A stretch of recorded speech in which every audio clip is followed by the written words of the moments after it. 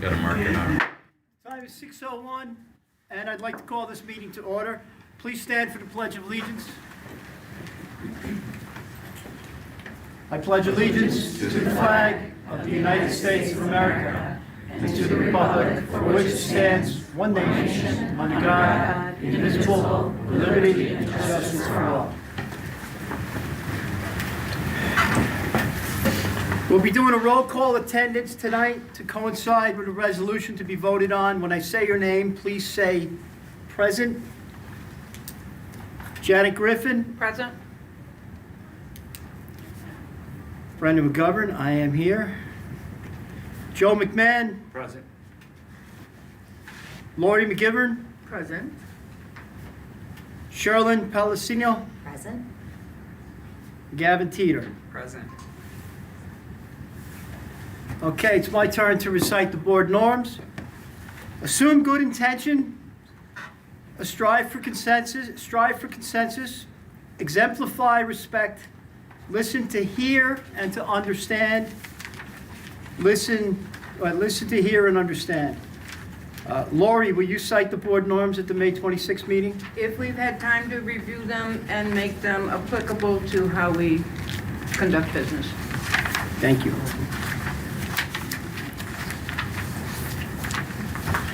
Be it resolved upon the recommendation of Mr. Robert Edwards, Superintendent of Schools, that the Cortland Enlarged City School District Board of Education approves the agenda as presented. Motion. What was that, Gavin? Yep. I can only see close with the, I gotta get the bifocal. Second. So Gavin makes the motion, Second. Sherlyn seconds. Any discussion? All in favor? Aye. All right, so we're missing Brett, so we have, what do we have, six board Six, members? yeah. 6. Any opposed? Any abstentions? Okay. Okay, so in accordance with Public Officers Law, Section 96, Subdivision 1, I would like to call for an executive session to discuss the employment history of a particular person and legal matters. Do we have a motion? Motion. Joe? Second. Janet? Any discussion? All in favor? Aye. Aye. Any opposed? Any abstentions? Okay, the time is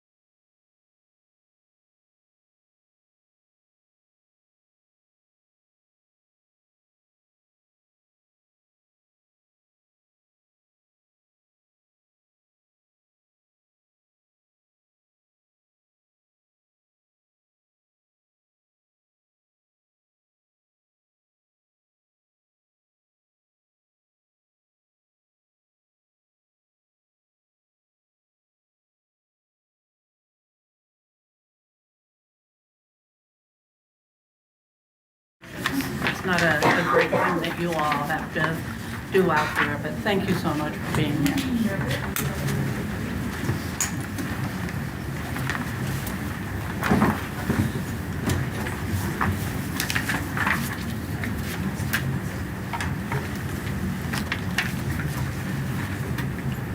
Okay, we're executive session adjourned at 6:35. I'd like to call for a motion to reconvene in open session. Motion. Second. I'll give it to Try Shirley. that. And then Joe got a second. Any discussion? All in favor? Any opposed? Any abstentions?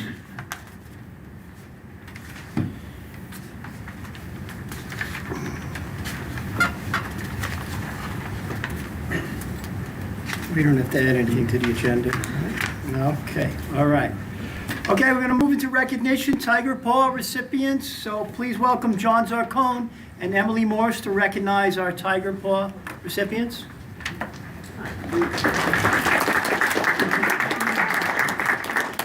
So Emily's got a couple to do, so I'm going to talk about our guy, and then she'll take the floor from there. But I'm going to read this. We wanted to prepare something. I usually just shoot from the hip.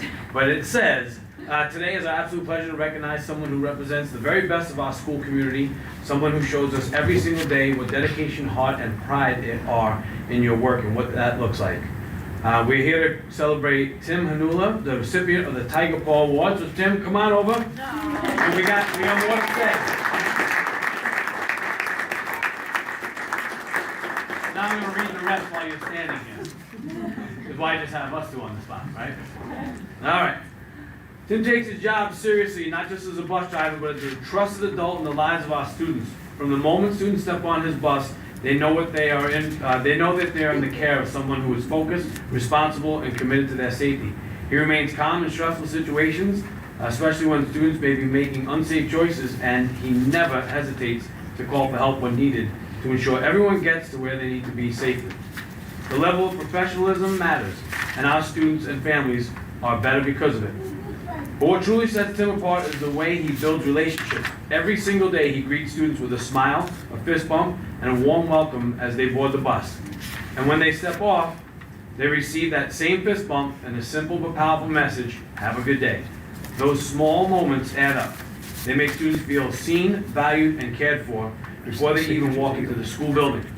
Tim doesn't stop caring when the bus route ends. He volunteers his time to support our students at sporting events where you can often find him in the stands, cheering loudly, encouraging kids, and showing them that the adults in their lives are rooting for them both on and off the field. That presence sends a powerful message to our students that they matter. He takes the time to get to know students and their families. He is friendly, outgoing, and hardworking, and he approaches every day with a positive attitude that lifts up those around him. Tim reminds us that every role in a school matters and that relationships are at the heart of everything we do. Thank you, Tim, for your strong work ethic, your positive spirit, and your care to show our students, the care that you show to our students each and every day. You are a steady, dependable presence in our school community, and our school community is stronger because of you. I want to add something. He has driven for games for two of my daughters that are athletes at the varsity and junior varsity level, and when we were talking, that's why we decided to do this together. This is the guy who's in the gym just going nuts, like purple pride all the way.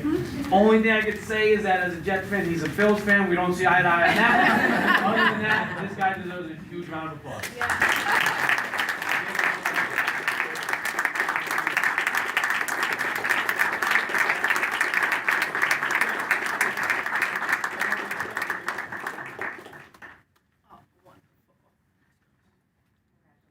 Go Bills. Hey, John, as a long-suffering Jets and Mets fan, I feel your pain. Thank you. Gets it. All right, hi everybody. So yes, I'm the one that prepared a Word document because if I shoot from the hip like he likes to do, I'll be here for hours and I'll probably start crying. So I have two additional staff members that I wanted to nominate today. And the first one I have is Amber Thayer.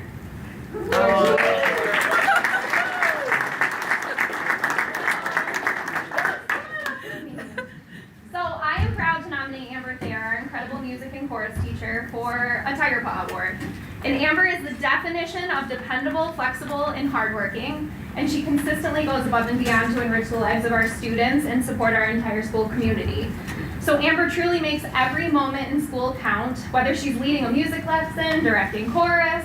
She enhances children's experiences in a meaningful and lasting way. Her classroom is a place where students feel inspired, engaged, and confident to share their talents, and she brings energy, patience, and joy to her work every day. One of Amber's many strengths is her ability to create opportunities that are driven by student voice and interest. She thoughtfully creates and manages and facilitates student-centered clubs that reflect what our students are passionate about. These experiences help students feel connected, valued, and excited to be part of our school community. Behind the scenes, Amber is also the mastermind in one of the most complex and important systems in our building, which is our schedule. She carefully co-designs and co-manages our building schedule and creates the trimester special schedules when changes occur, ensuring that everything runs smoothly for students and staff. This work requires a tremendous amount of organization, attention to detail, and flexibility, and she handles it all with professionalism and grace. In light of recent budget constraints, Amber demonstrated her true team spirit. She approached me right away with a positive "we got this" attitude and immediately offered her support wherever it may be in the music program. Amber also has the patience of a saint. Day after day, week after week, she strums ukuleles, she leads drumming circles, and she guides students through rehearsals, all while balancing general music classes, chorus for 2 grade levels, and select chorus. She does this all with enthusiasm, consistency, and a smile, never losing sight of the joy that music brings to children. Simply put, Amber is a gem. She's an integral part of our school community. She is well respected and deeply appreciated, and she makes Randall a better place every single day.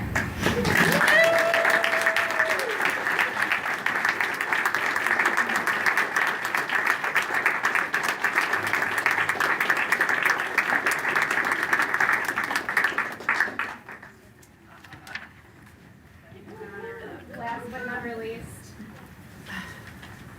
Tanya Zimmer. Come on up, my girl.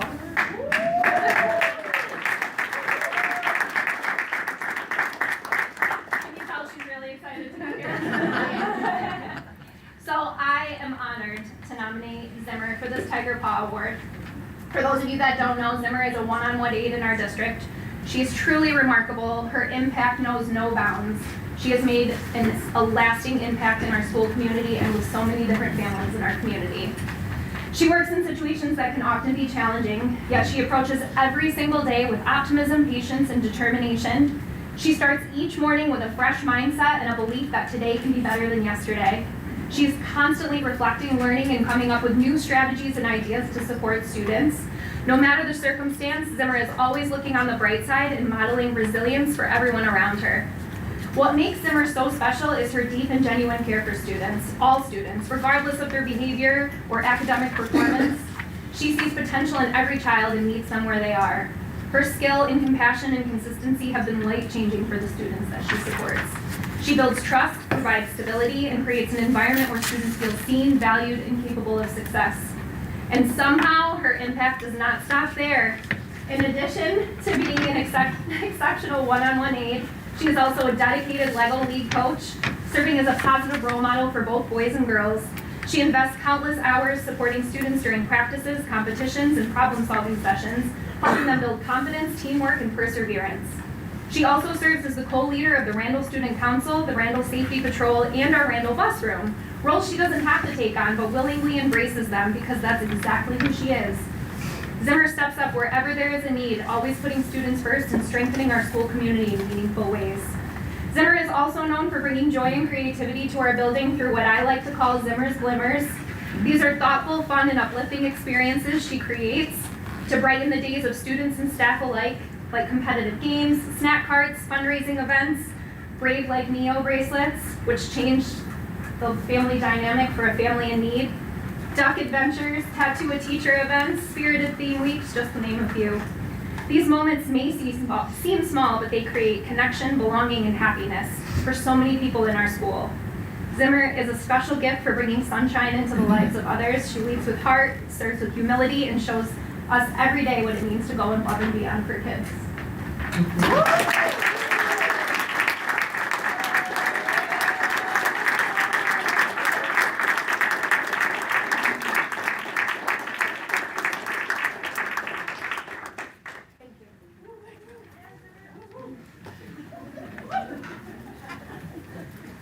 Is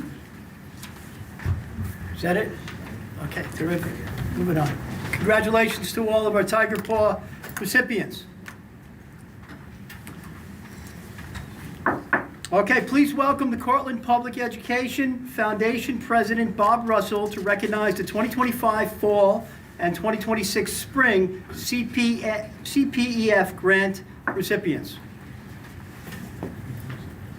Well, I'm not Bob. I don't know if it's from over here. My name's Jillian Tucker. I'm one of the board members of CPAP. So between Bob and I, we're going to announce the recipients of our full year grant cycle. I have the fall recipients. So if you're here, please come get your certificate. If you're someone who knows someone who has a certificate and could take it for them, that would be fantastic. So we will start with, and I'm sorry if I mispronounce any names, I don't know all of the teachers yet. We'll start with the Applied Algebra Whiteboard, written by Bridget Dutcher. I'll take it. Thank you so much. Yay, it's an order. Okay. Then we have the Keys to Musical Greatness, keyboard grant, written by Sharon Fettiplace.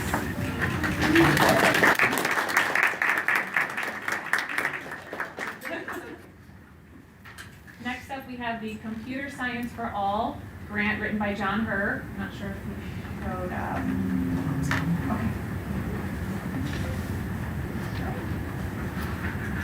We have the Trauma Informed Book Collection written by Erin Wilson, Heidi Effinger.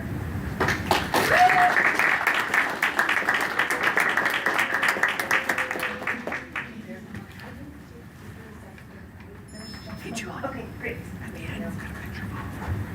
We have Calming Corner Resources, written by Elizabeth Mushkowski, Ms. Mosh.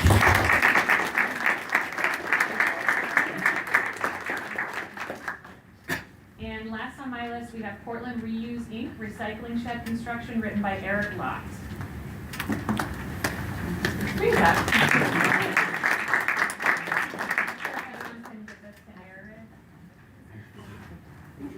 Could we just get a group picture of everyone who's here and their certificates with our folks? Do you, should we do the spring? Oh, sure. Oh, Yeah, sorry. Yep. Okay. Sorry, Bob. Jordan. I am Bob Russell. I'm the president of CPEF. And actually, John Herr, who is one of district TAs, is the vice president. And I'm going to have to get on his case for not being here. Quick background for us. The Cortland Public Education Foundation has awarded 5 grants totaling $4,073 for the spring semester. CPEF provides grant funding opportunities to teachers, staff, and administrators of the Cortland City School District. Grants support innovative classroom and curriculum projects that promote educational excellence in students and fall outside the scope of the school operating budget. Let's see. One of the main things that we do is that we have a golf tournament that will be the second last Friday of July. So anybody here is a golfer. This is where we get most of our monies from so that we can offer these grants. Teachers can request up to $1,000 for a grant, and we try to award as much as we can to any teacher that applies for a grant. For the spring, for Catherine Hessner, enhancing sculpture instruction through safe and sustainable cutting equipment.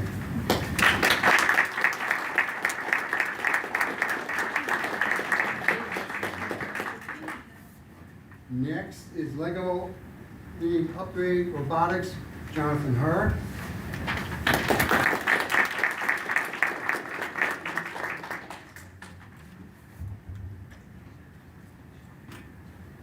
Another one for Jonathan, modernizing Makerspace.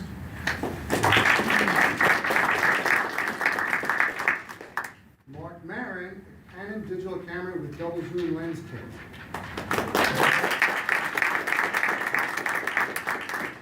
And lastly, Jonathan Kiefner, On the Road Again, Part 2, for the it's a studio electric guitar.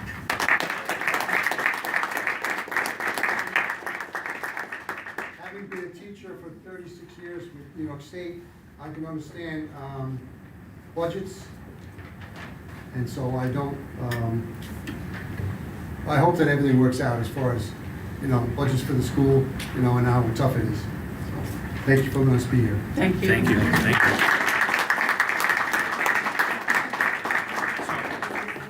Yeah, so if all recipients could come up, we're going to get a picture. My understanding is there might be a little performance after the picture. Let's have a picture first, and then we'll have a little performance. Yep. So any recipients with a certificate, come on out.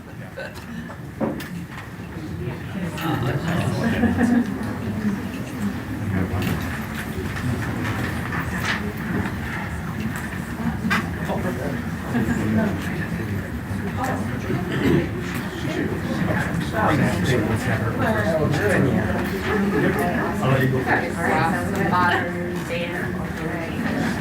1, 2, 3, and then Gino. All right, ready? Here it is. Catherine, you have.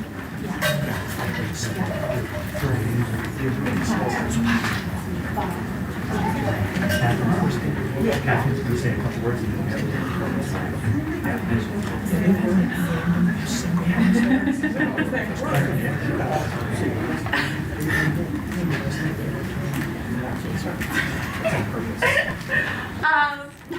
Hi, I'm Catherine. I teach junior high art to 7th and 8th grade, and I'm also the advisor for the junior high art club. This year, I was able to, with you guys' help, to get a chalk saw. It's actually a table saw for cardboard that prevents students from getting injured. We were able to get 2, which is going to make our cardboard project way less stressful for the students. So thank you so much. I really appreciate your guys' contribution. I appreciate you.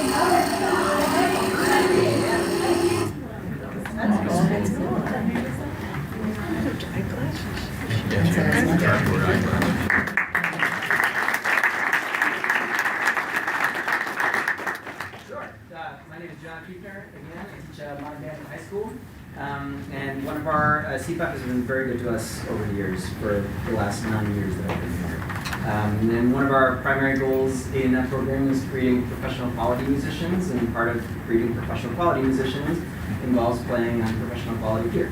And CPAP has been very generous in accommodating that for us. So this is Andrew Femino. He's going to play this brand new guitar that we got a couple weeks ago. Give it up for Andrew, everybody.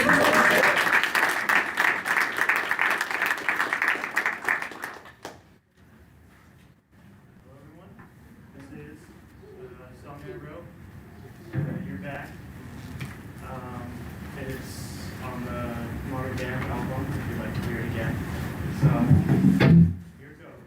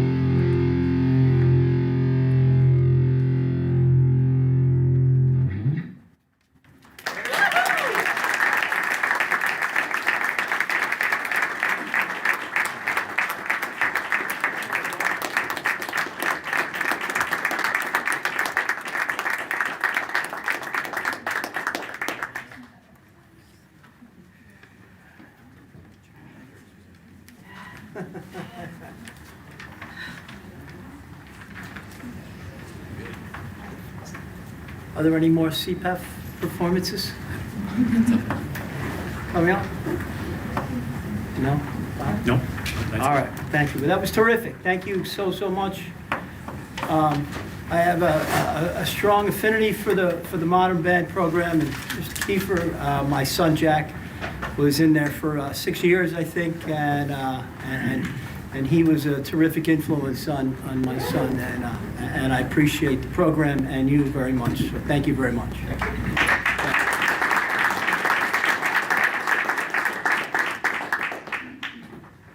Bob Edwards will share some updates with us. Sure. Thank you.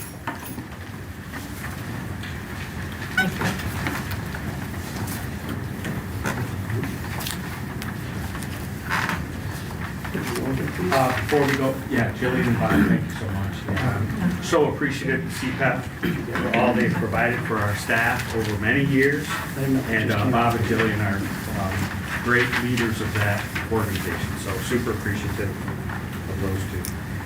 Want to say thank you to Melissa, Justin, and Anastasia and Julie for making the owl here, so you see that our meeting is being recorded and put out in a different way tonight. And this is something that has come through this year in our conversation about how to make sure our meetings get out to our public in a way. So this is a technology that we're pretty excited to use. So tonight's our inaugural run, and thank you to Justin and everybody behind the scenes who is helping with that. Is it working well, Justin? Can you see? Yeah. Seems to be working well, yeah. I don't know if you saw this, so just a couple of things that are in the news and maybe out there. If you want to click on this. I don't know if you saw this. We'll watch it. It starts like any other race, but this one is different. 12,000 runners are competing against more than 100 humanoid robots in a 21-kilometer half marathon in Beijing. This is the second competition of its kind, and expectations were high. 40% of the robots are moving autonomously, using their own sensors, algorithms, and artificial intelligence to navigate the course and maintain pace. Spectators weren't disappointed. I was shocked. I never expected those robots could run and walk like humans. China's robotic industry has developed so quickly. The first few robots were so fast. It's a major step up from the inaugural race in 2025, when most robots stumbled and overheated. Only 6 of the 21 finished. So we'll stop there. Just I think you get the sense, and you can search this on Google. I don't know if you saw it. This just happened, like last weekend. And you can see that in that clip, the humanoid robots, or the robots from last year, who really struggled to complete a half marathon. And this year, the robot, the humanoid, what they kept calling the humanoid, finished in 59 minutes, far outpassing any human that made it. There were 100 in the race this year. Last year, there were 21, only 6 completed, and you see that humans literally had to pick many of them up. This year, total transformation in 1 year's time. I only bring that up because of a couple of other things. We think that, so this is a video from China. We may think, why are we watching a video from China? But if you saw the Cortland Standard recently, you do see that the city is using AI to find needed road repairs, right? This is something we can all relate to in the city. But using AI to track and map the city, potholes in the city, for potential road repairs. This is a reality that is coming to us, right? As the evolution is upon us. I continually think we ought to be mindful of that, and as a Board of Education, obviously as a region, as a state, we have to be super mindful of what is coming our way, what's already evolved, and how that evolution is transforming the world. My question always is, in education, are we evolving, are we transforming the world? I bring this up because just last week, Julie, Janessa, Shane, and Maheen, 2 of our high school counselors, had an opportunity to be over at McAvoy-Bosse's for the CTE National Honor Society induction. And these are the students, some Cortland students and students from the McAvoy-Bosse's. These are the students that are going to be running AI and creating humanoids that are going to be your personal assistants and writing and manipulating the algorithms. 2 of those students are sitting at the table with you. Obviously, they weren't in this picture, but 2 of those students have done some things. Aiden is going to demonstrate some of his intelligence tonight and some of his use of technology. Sai, I won't spoil it, but I think in the May meeting, we're going to hear a little bit about Sai's endeavors with the NASA Hunch program. And I put these things forward to us to remind us that this world is continually evolving, and our work in education is continually evolving. The technology is far surpassing what we have the capacity for right now, but this will continue to change what we do. I think it's important to know that the how we do it is the real thing that we'll be continually thinking about, right? Our fundamental purpose is very clear: to ensure high levels of learning for every student, each one of our 1,800 kids. And we help every student every day to achieve those things. We work on 2 sides of a pyramid, right? Our academic learning standards and our social emotional learning standards. And that work, the human work, is critical as the technology around us evolves very fast. I think we continue to evolve, and the challenges that are in front of us. Obviously, much of our conversation tonight will be around the budgetary challenges that are around us. Those are not unique to Cortland. As you know, the places right nearby to our north and to our south are experiencing the same things. And then in the greater region are experiencing the same challenges. This is something that we have to be mindful of as we move to the future, and what are the opportunities that we might have. One of the things that Chris will speak a little bit tonight in his parts of his budget presentation. Recently, maybe you've been aware, but the Seven Valley's new tech program at McAvoy-Bosse's is closing, right? So that's ending. That's an opportunity that our students have had over the past maybe 6 or 7 years. So that shifts what we do, right? So we have to be mindful of those students coming back into program, and what technology can we help them with as they enter back into program, and what ways would we help them reintegrate into our high school program, and what ways are junior, senior high school programs evolving over the next couple of years. I talked about other evolutions, and I had mentioned this before, just thinking about restructuring over the next couple of years. As we have mentioned before in these meetings, when we get to this summer, it'll be important for us to really start thinking about strategic planning fiscally and capital-wise, right? The buildings in our district, what are they going to need? How are they going to evolve, and how are they going to change? We've talked previously about the potential restructuring of the junior, senior high school to a 612 building. It's not a thing that we're going to transition into for September 26th, but I think it's something that's really on the table that we have to consider thinking about for September 27th or beyond. One of the things that's, yes? When you talked about those students, what's the number? How many will be transitioning back I into? think it's 16. Pardon me? 16, 17, 17. 17? Yep. Thank you. So one of the things, we're transitioning a little bit to a budget part of the conversation.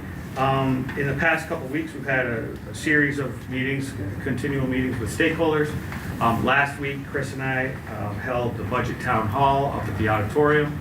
Talked through, many of the things that Chris will identify tonight.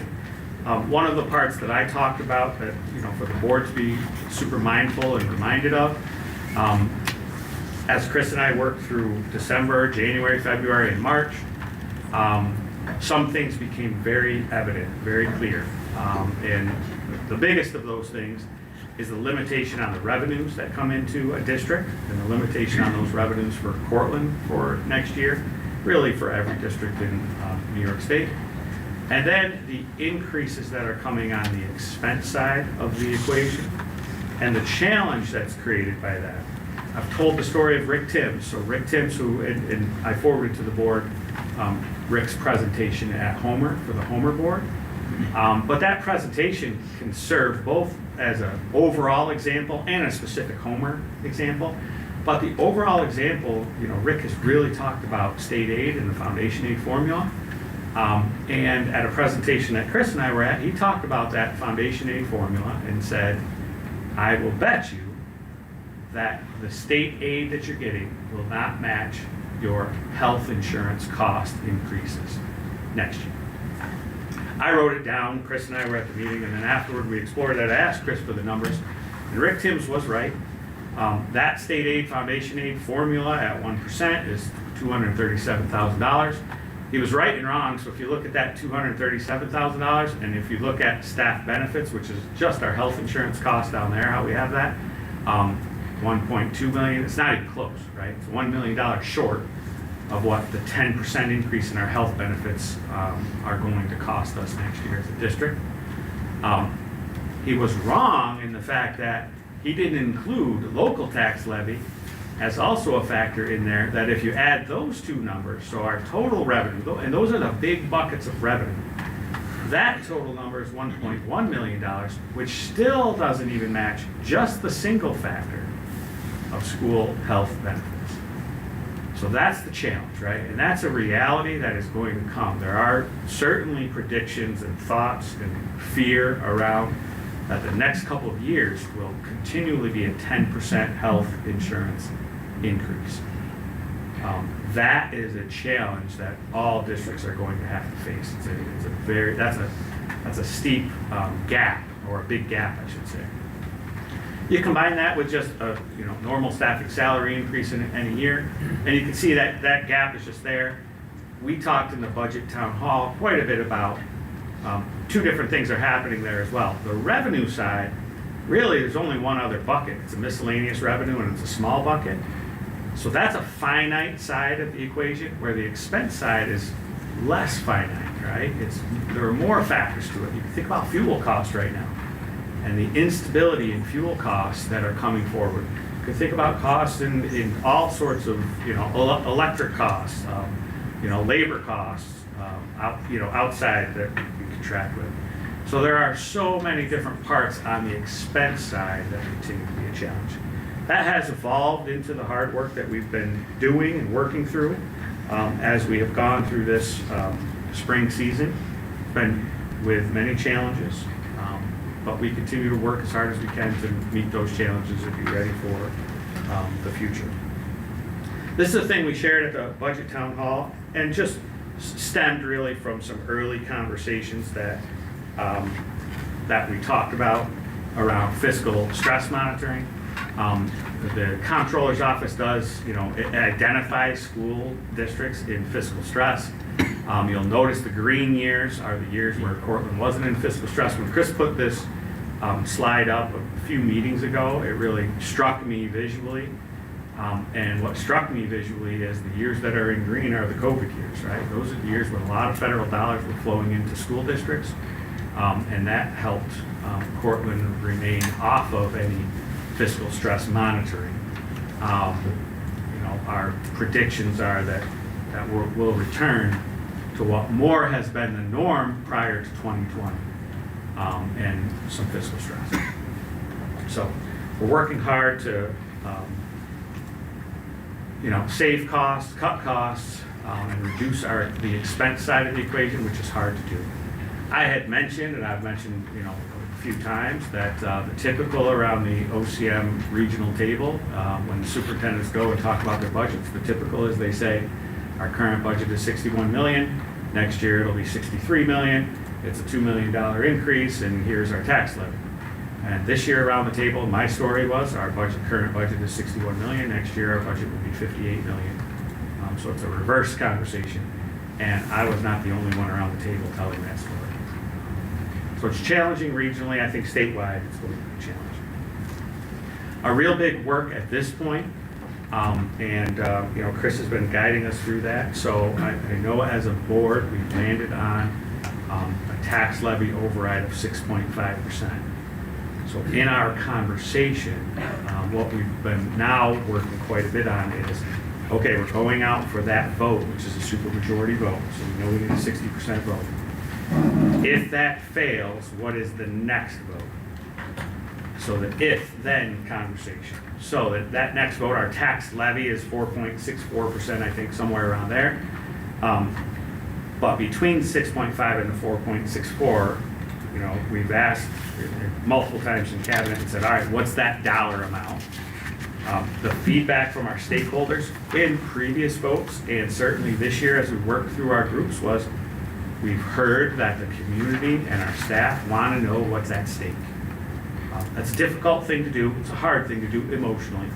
But we wanted to live by our word that we would provide that. So we talked about that, and this is where we got in the town hall meeting last week. We spoke about this. I've sent out communication to staff. Basically, here we, as Chris goes through the budget proposal tonight, that Proposition 1 at a 6.5% will need a 60% approval. We know that's by state law. We know. If it receives not that, if it's not approved, we can conduct a revote, we can adopt a contingency budget. Now, the contingency budget, Chris will talk to, is problematic in many other ways, very limited and strict in a few different ways that are not favorable to a school district. So we wanted to talk about the difference. And what we went to is between 6.5 and the 4.64%, the difference is $367,000. The question is, where does that $367,000 come from? And we've committed to that can't come from any other staffing reductions. It has to come some other places. So the list is difficult for all of us for a variety of reasons. And we've worked through what $367,000 looks like, and this is what it looks like. There's 2 pages of this, but this is what it looks like. These things will go away if our 6.5%, or the first budget that goes out, is not approved. So you can see the list, right? It starts with driver's education, it goes down to all sorts of different things. JV sports, a couple of sports teams, some student groups like SAD, some opportunities for after school, before and after school music, some clubs and activities, a variety of things that these are truly student-facing things. So there's where we are. I've communicated that out, so now our work, I think, is to just continue to get that word out, continue to get out what a 6.5% budget vote means to our community. So I handed out just a draft of the poster board that will create, and some of the communication. So the other part of that communication that we're working on is getting the word out to the community in some easy to understand flyers and otherwise. And another thing that we have worked on, and actually your student board member has worked on, so I'm going to have Aiden walk you through our budget website. So some of you have seen a preview of it, but I'll click on this thing. Justin will click on this, and then we'll leave Aiden to talk through it at least. He can sort of explain it better, but it has a very impressive tool in it. And just to talk through, when Aiden talks through, Aiden, you can come right up here too. As Aiden talks you through, so the plan will be, so once we get through tonight, from tonight to the budget vote, we have a series of events that'll be happening throughout the district. And Chris and I's intention, and any board members would be welcome along as well. When we have those events, we want to have a budget poster, some budget things available at a table for any people to come to when they come to a concert. I think more important and more powerful, and you'll see it, we want to have some Chromebooks set up for people to come and explore this website and explore what it looks like and feels like, particularly the tool that Aiden will talk to. So sorry, I've talked too long, you go. Good evening, everyone. So this is a website that I created. It spawned from a community engagement committee. We were discussing how we can get budget information out in a easy to understand way, because I know that when I sit here and sometimes I'm staring at numbers in terms that I don't understand, it becomes very difficult for me to wrap my head around, okay, this is how much my family is going to spend for this, that, or the other. So I created this website. At the very top, we have some basic information like the budget votes, the locations for the different resident areas. Down here we have the main tool that is kind of the jewel of this website, and that is the budget, how much will it cost you calculator. So you can either choose your true or your assessed value. The true value is what you might find on Zillow or another retail type website. Your assessed you can find from the Cortland County Property Tax Service website. So out of curiosity, I went to my properties and mine turned out to be $150,000. And I live in the tax area of Cortland, and I do receive the star exemption. So my particular one would be $12.37 per month increase if this budget goes through. So this is the main tool of, okay, well, that's great, you know, we want to keep all these programs like JV, we want to keep all these clubs, but how much is that going to cost each household? And this is a tool that will tell you that to roughly within 30 cents of that number is what we ended up working out. Down here we have what the budget supports, preserving current positions that have not already been laid off, electives, arts, athletics, and student support services, which is a great one that concerns me. I have many friends who rely on student support services, and so that was one that I really wanted to highlight in this website. Where every dollar goes, I'll kind of brush by that. I don't want to step on Chris's toes with his presentation coming up. And then a calendar. This calendar will update automatically based on when it is, what date it is. Today is April 20th, so that is what comes up. After today at midnight, this will switch to automatically be May 5th. Both of the May 5th will be highlighted, and April 20th will be grayed out because we will be past that point in time. May 19th is highlighted especially because that is our budget vote, our Board of Education election, and also the deadline for mail-in. For clarification, on the voter registration day, who needs to register? Chris, do you have a?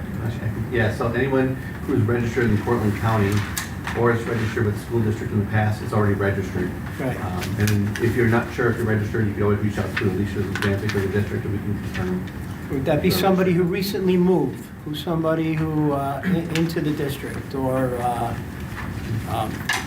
anything along those lines? If there was a name change through a divorce or something, does somebody have to re-register? I want some clarification so everybody knows exactly where they stand.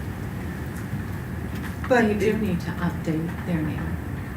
They could do that with the Cortland County Board of Elections, or they could do that with us at voter registration day, or at the vote itself. At the vote itself, they can do this. They can do that. Is it still a fact that if I am a resident of the Cortland County School District and I am over 18 years old, I can vote whether I voted at a national election or a city election prior? Yes. Because I'm a school district member, Right. I can vote.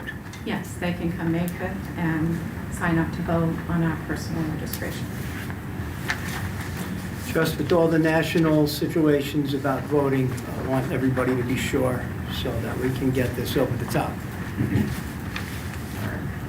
And then at the very bottom, there's June 16th, which is the revote date if needed. If that's not needed, it's very easy for me to just share remove it. One of the ideas of this website and the structure that I made it is that it progressively gets a little bit more complicated as you scroll down. So the easy to find information up at the top, the slightly more nitty-gritty documents can be found right at the bottom. That's your business office page that has a few other resources, your fiscal review, instruction program review, and facilities use review, all of which kind of factor into a budget. And that's about the whole website. How do you get to this website? If somebody says, hey, I want to go and play around with that tonight, how do they get to that? It's going to be cortlandschools.org/budget. /budget. Is there a link on the main page? Not currently. We will have our website guy update that as soon as we can. Yeah, our plan is to launch this tomorrow, to launch it out on social media, so. Thank you very much. Thank you. Thank you.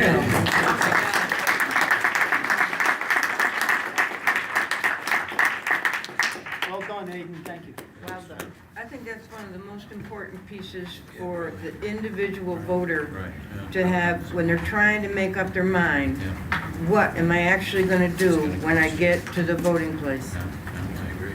100%. And I think you've done a great service to every voter. I think there was misinformation. I was not on the board for the last attempt to override, but I do recall talking to people who said that there was misinformation that their school taxes were going to go up dramatically much more than they actually would. This puts it into perspective. 12 something a month on that particular. That would be my family's impact, yep. Yeah. Yeah, so we encourage anybody from our community to come up and not only see a concert, but we'll have a table with some information on it, and we'll have some Chromebooks as well, where people can go, we can help everybody navigate right to that website and right there. Sorry, there is a correction. That concert was moved to the 20th due to the TC3 graduation.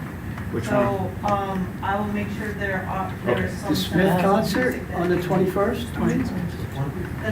The 19th concert Okay. had to get moved to the 20th because of the TC3 graduation.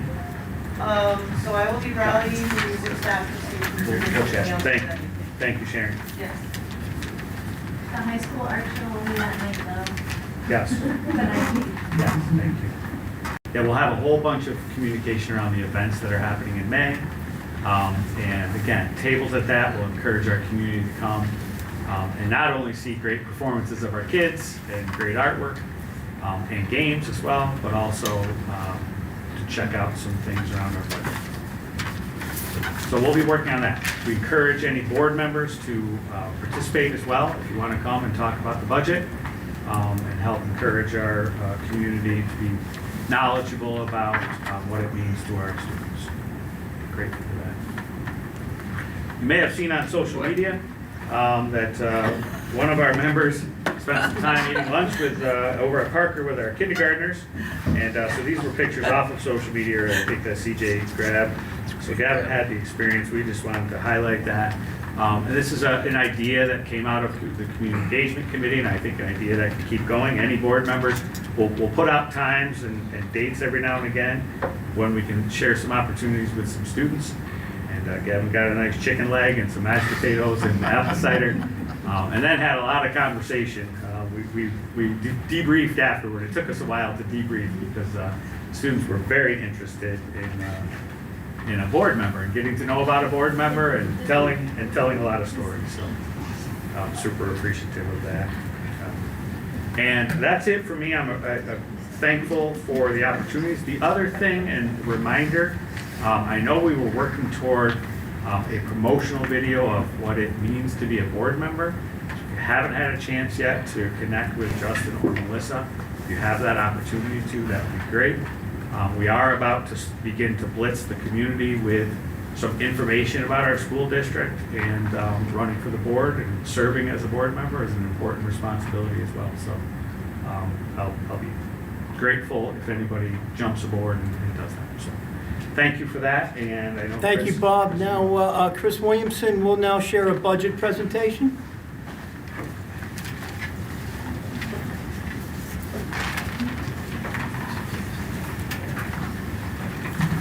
So, thank you all for the support that you've been through this past several months. You know, it's been a journey to get to where we are today. Today is the final budget presentation prior to the vote in next month.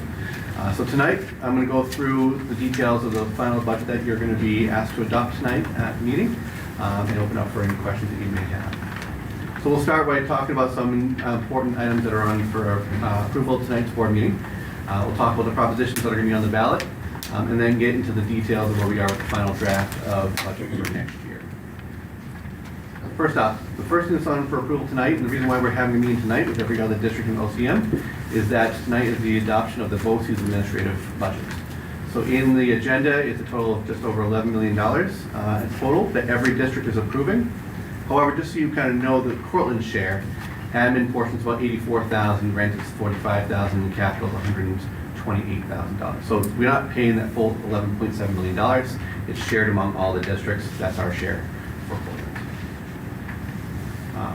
There's also an agenda item to transfer funds between reserves. This is going to be needed to help close the budget gap that we have. In particular, $100,000 from the accrued liability reserve into the unemployment reserve due to those anticipated unemployment costs we may be facing next year. Any questions on these two before we go on? And when they're up for approval, feel free to ask questions as well. Also up is the adoption of the 26-27 school budget. What the board is going to be adopting tonight is not to exceed figure, so that would be $58,044,492. This budget does include a 6.5% tax increase, which exceeds the tax levy limit of 4.64, so it will require a supermajority of 60% approval in May. Because it requires supermajority approval, there is going to be additional language that is going to be required on the ballot, so that way when people come to vote, they know for sure that this is exceeding the tax cap and it needs a 60% approval to pass.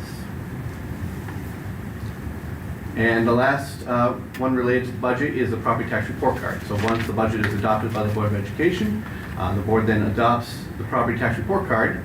What that shows is whether or not a tax levy override is required, and I'm going to walk you through a little bit of that property tax report card. What the anticipated fund balance figures are going to be for next year to start off, as well as some information about the reserve accounts. And once it's adopted by the Board of Education, districts have 24 hours to submit that into the portal for the state comptroller, but it can't be done no later than April 25th this year. That will be a Saturday. So this is the property tax report card. This is in the board docs. The top card talks about the budget amount, so it has this year's budget information as well as next year's budget information. It talks about the percent changes between the budgets, the tax increases, as well as some student count information where we anticipate enrollment to be. So the enrollment number on the bottom, the 1806, is where we started the year off with student enrollment. Went into School Tool and found that our current enrollment is around 1,780 students. Line I, that's the line that indicates whether or not a supermajority is required. So if you look at the formulas there within that document, if you see a negative number, that does require supermajority approval. This year's budget did not require that, that's why that number is 0. The next section talks about the fund balances. So the first column, it says 25-26, that's where we started this year in fund balance. And this is where we're anticipating to end this year or start next year's. We are this year and next year anticipate to be below the 4% allowable to transfer over an unassigned fund balance. That's one indicator that we have some financial realities that we have to overcome in the coming years. The bottom part talks about the reserve accounts that we have, just so the public knows what reserve we have on file in our accounts. It gives the name of the reserve, how it can be used in the budget, or not in the budget, just in general. And then it asks us to provide the actual March 31st balances, so that lines up with the treasurer's report that's up for approval in the financial documents, as well as where we're anticipating those balances to be. As you can see, some are going to be above, some are going to be lower. For instance, the repair budget is going to be lower than what it currently is because we haven't utilized that full reserve for this year's particular budget, so we still have some funds to spend there. You'll also see the unemployment line. Currently, we're anticipating it to be closer to $76,000 when the year is run out, but hence the reason why we have that agenda item to transfer funds from one reserve into the unemployment so we can utilize that reserve to close next year's budget. The last column does show what we anticipate in terms of usage in next year's budget, and this provides the community with a good idea of how we're going to be using these reserves into the future. The next slide is more reserves that are there. You can see this in board docs, but that's essentially what this document does. Any questions on the property tax report card before we get into the budget?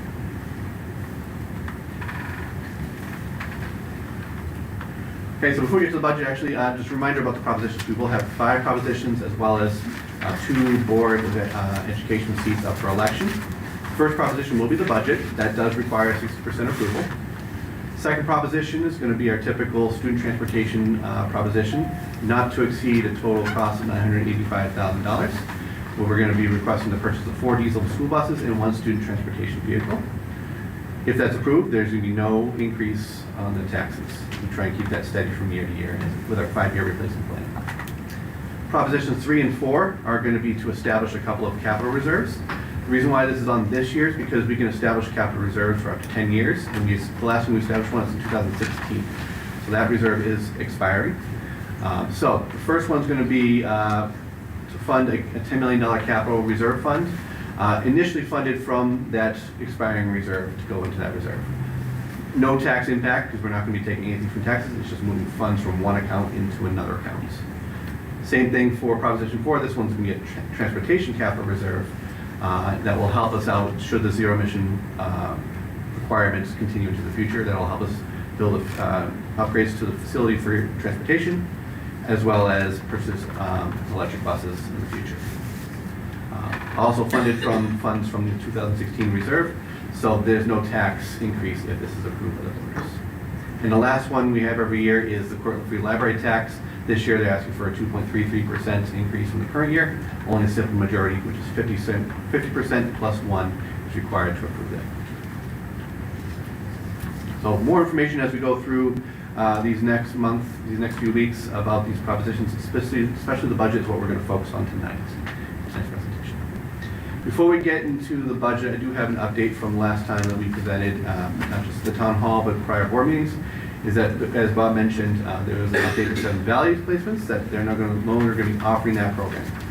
So BOCES is not going to be renewing their lease, which means those students are going to be coming back into our buildings. And that would mean 17 students coming from junior, senior high school next year. So because we had initially budgeted for that, the question becomes now, where do we reallocate those funds? So the focus for that is to make sure that those students who are returning are going to continue with the quality education that they wanted to have at Seven Valleys. So what we were able to do is reinstate 1 special education position, 2 teaching assistant positions, as well as add some BOCES credit recovery programs for students. And not just the Seven Valleys, but all of our students as well at the junior, senior high school.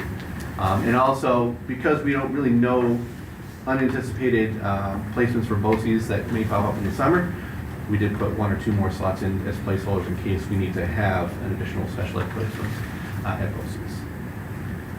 And then, now that the BOCES budget has been submitted to BOCES for their final approval to get ready for July's reorg meeting when we officially approve all BOCES services. Some districts have had to face tough decisions, so they pulled out some of those services, which resulted in some increases in some rates. So this allows us some flexibility to make sure we can continue with BOCES services that we want to subscribe to for next year. So just a little update on that before we get to the actual specific numbers for next year. So I have a bunch of charts I'm going to show, as well as some actual more specific information. The first one is a comparison of the 6 categories that I'm going to go over in terms of the expense budget. The instruction, district support, operations, transportation, benefits budget, and the debt service budget. As you can see, proportionally between years, they remain the same. Debt service is going down in terms of percentage, and that was anticipated. We were going down about $1.5 million in debt service payments for next year, offset with building aid decreases as well. So that shifts the percentages slightly, but essentially it's going to be the same proportion across all 6 of these categories. The biggest increase seemed to be benefits, is that correct? Benefits is one of the Is areas that that's mostly largest. driven by healthcare costs? Healthcare costs is a big driver. I don't know how much sustainable that is. We're going to come to a point where healthcare costs exceed salaries at some point if we continue this way. So a little more detail than I've shown in the past, broken down by several categories. So what I'm going to show in the next couple slides for those 6 categories. 2 years ago, what the budget was. This current year, what the budget is, and what we're proposing for next year, and then the difference between this current year and next year's budget. I put the 24-25 school year on there as a reference because in order to get to this year's budget, we did have to reduce a lot of areas in order to make sure that we didn't have to reduce staffing last year and reduce unnecessary things. So if we look at going to next year, I have listed all the instructional staff reductions that we have currently, updated after we were able to see those the special education and the 2 teaching assistants added back into the mix. As well as, you'll see in a lot of these BOCES services, there are some reductions in there. We did a lot of work in terms of the BOCES budget to make sure we're maximizing what we actually are having as part of our budget. Tuition, I highlighted that one because with a $140,000 increase, it looks like there's a large increase in that particular category. But if you look at 24-25, $805,000 what we budgeted. This year we went down to help save some costs. This year it is currently anticipated at $873,000, and as you can see historically it's been right around that mark. So we want to make sure we had enough budgeted for next year, knowing that we're going to have a tight scenario. The district support, that's essentially central office and BOCES support, auditing. As you can see, there's a little less variance here, but we do have some reductions in administration positions, as well as in the previous one, we had an assistant principal reduction, as well as a half-time cabinet member, and then one position in my business office. Auditing is going down because we recently conducted an RFP to get better rates for our internal auditors, so that will show us some savings for next year. And then the BOCES admin rent to capital portion, I mentioned that a little bit earlier. A lot of the increase there is because of the recent capital project that was voter approved by the BOCES districts. The O&M and the transportation budgets, so we did have one reduction in the facilities department in terms of assistant supervisor of operations, as well as a second shift custodian at the junior and senior high school. And in the transportation, we did go down 3 bus drivers in the budget. Utilities, we're anticipating, just like everyone else, to see some increases in rates in terms of what we're expected to pay in delivery costs. But those new NISMIC rates did go into effect this month, so there will be a slight increase, but that will set us for 2 to 3 years in terms of rates. There is one line, central data processing, that wasn't budgeted for because as part of the review of the budget is making sure we have those budget lines in the appropriate locations. We noticed that there were some budget items that were in the instruction world that should have been in the central administration, the 1,000 codes. So that's why you see a $95,000 increase there.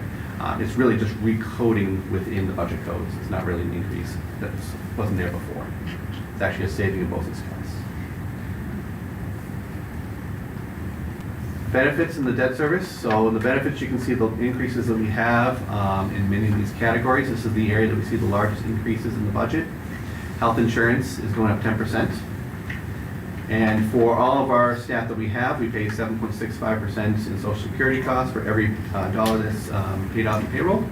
As well as for our instructional and non-instructional employees, we have TRS and ERS contributions that the district puts forth to those systems as well.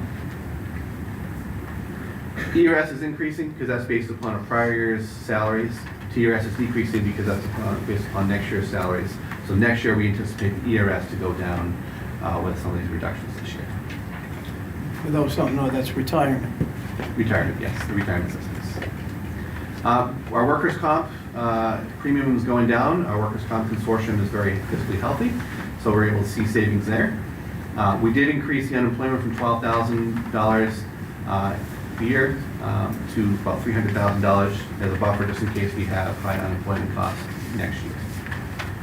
And the unemployment, other employee benefits, that would be, we're anticipating increased eligibility for staff retirements. So in next year, so we want to make sure we budget appropriately for that. And then the debt service and transfers, you can see there where we are with those categories. Any questions on those 6 categories? We'll get to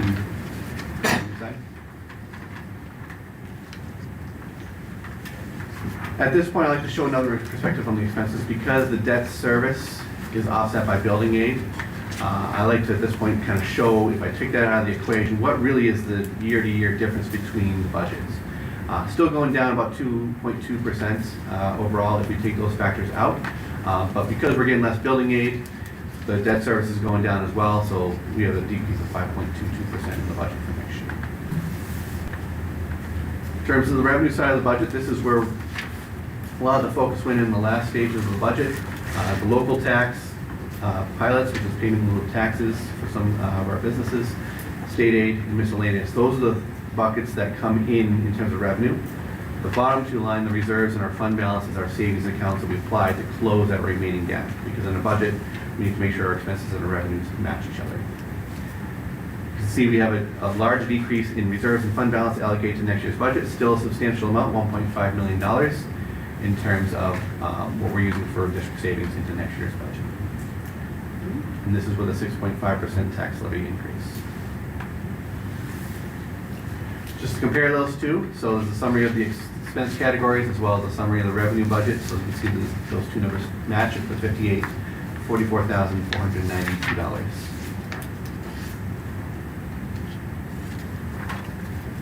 Part of the budget process too, we're allowed to allocate $100,000 worth of capital work in the budget that is aided to building aid. The requirements is that the budget hearing and in the budget notice that goes out to voters that we need to indicate what that work's going to be for. It's a good opportunity to remind everyone that We tried to rotate between the buildings, so in 21-22 we had Orlando Library Makerspace as part of the 100K project. We did the junior senior high school for some tile replacements and some fire door replacements, as well as then DeBerry for some exterior door replacements and some interior door replacements. So now it's Smith's turn. So next year we are anticipating replacing some exterior doors at Smith's School.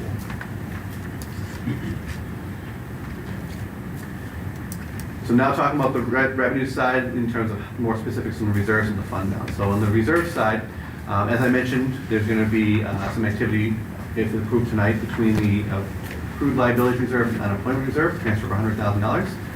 The TRS reserve is something that I'll continue to work with the finance committee on because we're limited in how we can fund that reserve, and that is one reserve that we can use to offset the budget gaps. But it's about $350,000 that we can put on that on an annual basis, 2% of the upcoming payroll. So we'll continue to work with the finance committee on that to see if we do that or not this particular year. We can see here in the bottom is the reserve budgeted amount for this current year, about $2 million of reserves. Next year, what we're anticipating using those reserves. A lot of the reductions in those reserves are based upon where those balances are going to end up. So this kind of mirrors a little bit the property tax report card that you had there. So in the first column are what we have on an annual basis that we could allocate and use the reserves to help cover. We can only use the reserves for particular purposes, and these are the 6 particular purposes on the top that we can actually budget it for. The bottom 3 are ones that we really can't budget for that either need voter approval or need specific circumstances. So as we look into future years, the bottom line is if we were to anticipate using those figures for budgeting into future years, we start seeing that 4 of those reserves on the top start to become depleted completely. So we have to look at a long-range plan in terms of make sure we maintain these for future years where we need to tap into. Fund balance is another area that is a challenging thing to understand in terms of excess fund balance from the current year going to next year. The way it's basically calculated, we start off the year with an unassigned balance. This year we're below the 4% number. We did appropriate $2.4 million from last year's to help offset this year's budget. And we are using $2 million from our reserves. So it's almost $7 million that we're using from our district savings to offset this year's budget in general. If you look at what's actually kind of coming in this year in terms of taxes, revenues, state aid revenues, and miscellaneous revenues, offset with the expenses that are going to be paid this year, we're looking at a $3.8 million decrease in fund balance overall. That leaves us with $2.8 million to appropriate to next year. When we're looking at next year's budget, we have to determine from that balance how much can we appropriate to help offset the budget gap next year. We started this year with a $6.5 million budget gap, so that alone would not cover for it. The reserves, we're depleting those balances as well. That combined would not cover all that gap that we had. So we, in this budget, have $850,000 appropriated to next year's budget. And then if we were to fund the TRS reserve, that puts us at $1.6 million unassigned fund balance, which is 2.83% of next year's budget, which is well below the 4% number. And starts putting us in fiscal stress. For the tax levy, information, so the tax levy limit is 4.64%. That levy is just over $20.7 million. At this point, one thing just to note is that taxes are really difficult to really know the true impact at this point in time because the tax assessments don't really come out and be finalized until July and August. But what we have done as a district is looked at historical taxes in terms of where we anticipate those rates to be. So that tool that Aiden has on his website is a great tool for communities to use to see the estimated impact. It's important to note that that's not the actual impact. It might be $1 more, $1 less. What we typically see on an annual basis is that what we project for the tax rates end up being less than what we anticipated. So this is probably a little more conservative than what we're hoping for in reality. So the tax levy limit is 4.64%. What we're proposing is 6.5% tax levy, which is a $367,000 increase over the tax levy limit. That's going to put about an additional $2 to $4 per month above the tax levy limit on the tax bills that we're requesting. Supervisory rates required, but just a note that we don't really know the final rates until the summer. So we'll make that very clear. But we anticipate between $12.69 and $12.80 for tax on true value. I did look at the different towns within our district and looked at $100,000 on their tax bill, just to show you what that full assessment value really is with the equalization rates and what the anticipated impact would be per month if the budget is approved. As you can see with the star and without the star, I did assume that the star rebate was going to go down in terms of the reductions like we saw for this current year, so that is factored in here.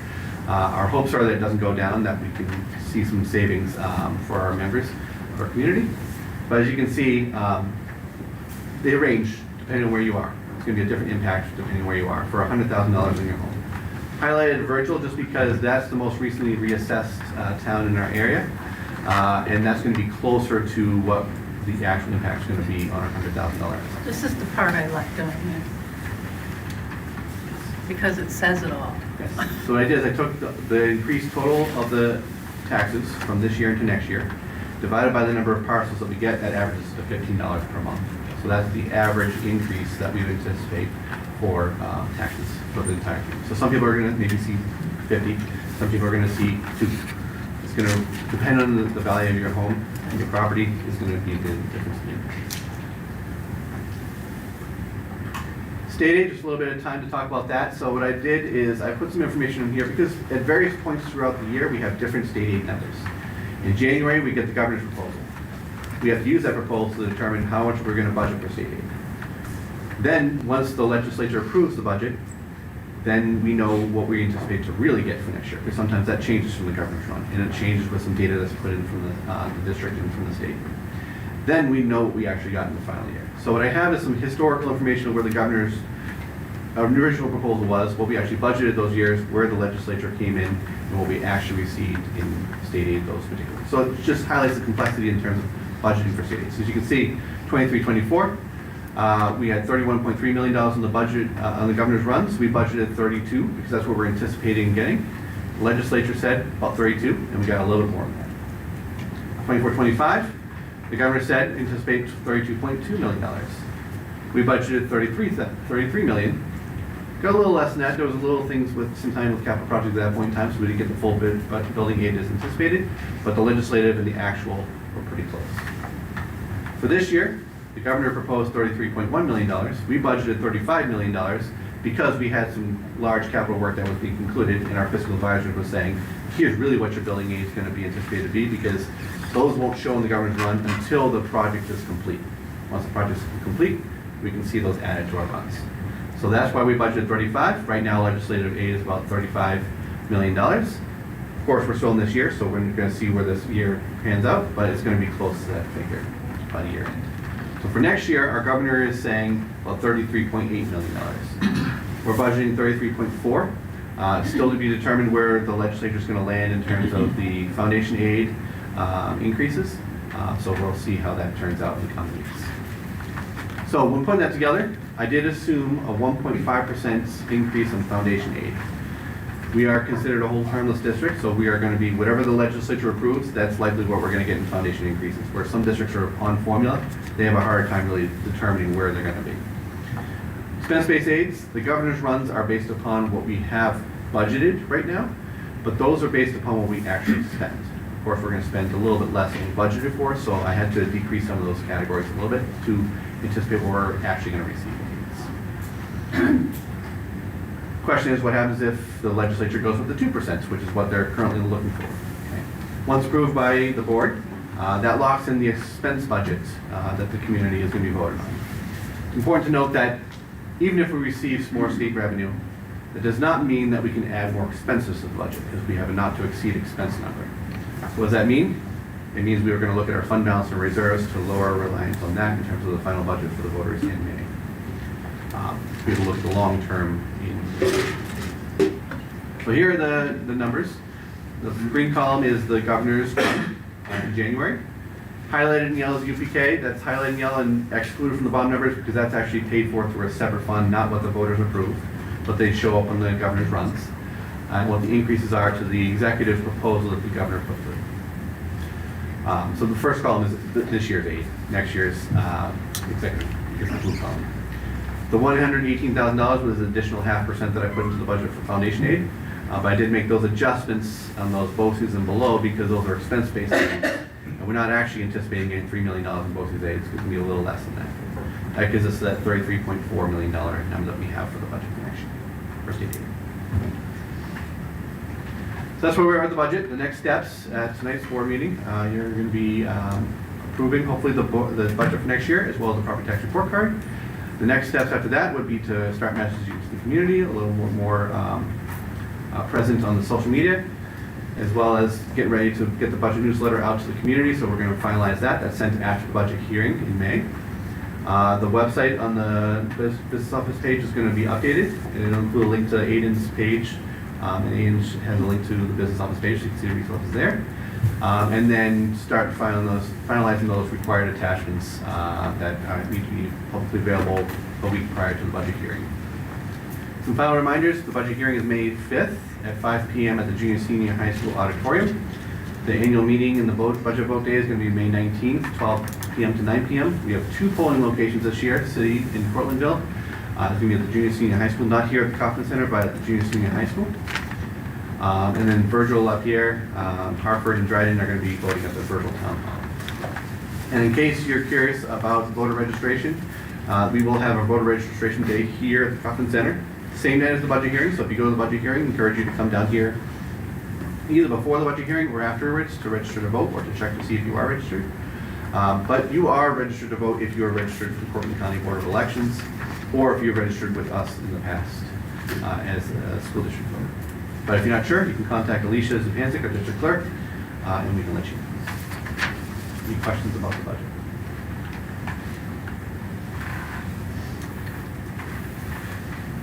No. Thank you, Chris. Thank you. Yeah, appreciate it.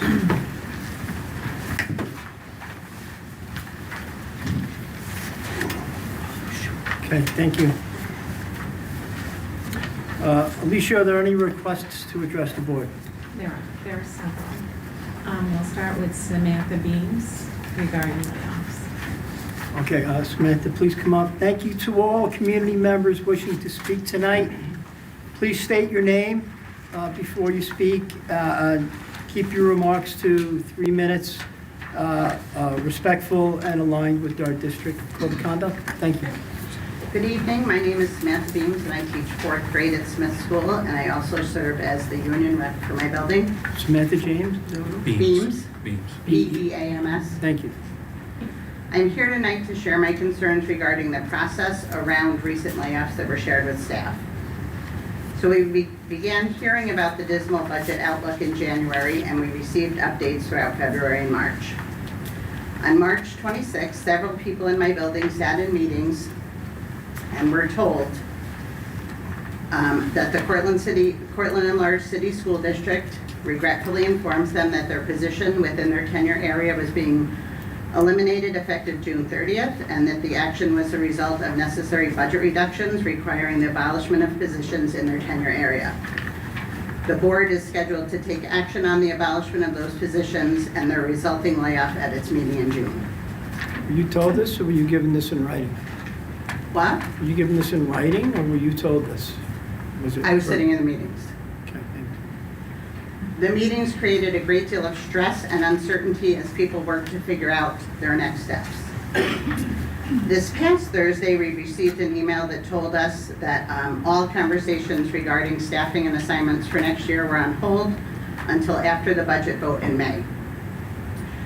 Today, one of our unit members received a letter that stated that they were writing to follow up on a recent meeting and information shared regarding their position. And since that time, our budget conditions had shifted, and as a result, their position was no longer being affected by a layoff, and they would remain a valued member of our staff moving forward. So as of tonight, we have people on our staff who are unclear about if they've already been laid off, if they'll actually be laid off after the board votes on that in June, or if our budget is no longer so dismal and that they still have their jobs. No one knows what to think or what they should do to prepare for next year. And I know that you don't answer questions at this point in the meeting, but I am wondering, what are we doing to our people? Why has the process been so chaotic? And are we still in a budget crunch, or has that shifted? I've considered Cortland Schools my home for the past 36 years, and right now it's feeling like a really dysfunctional family, and we're just not taking care of our people. Thank you for listening.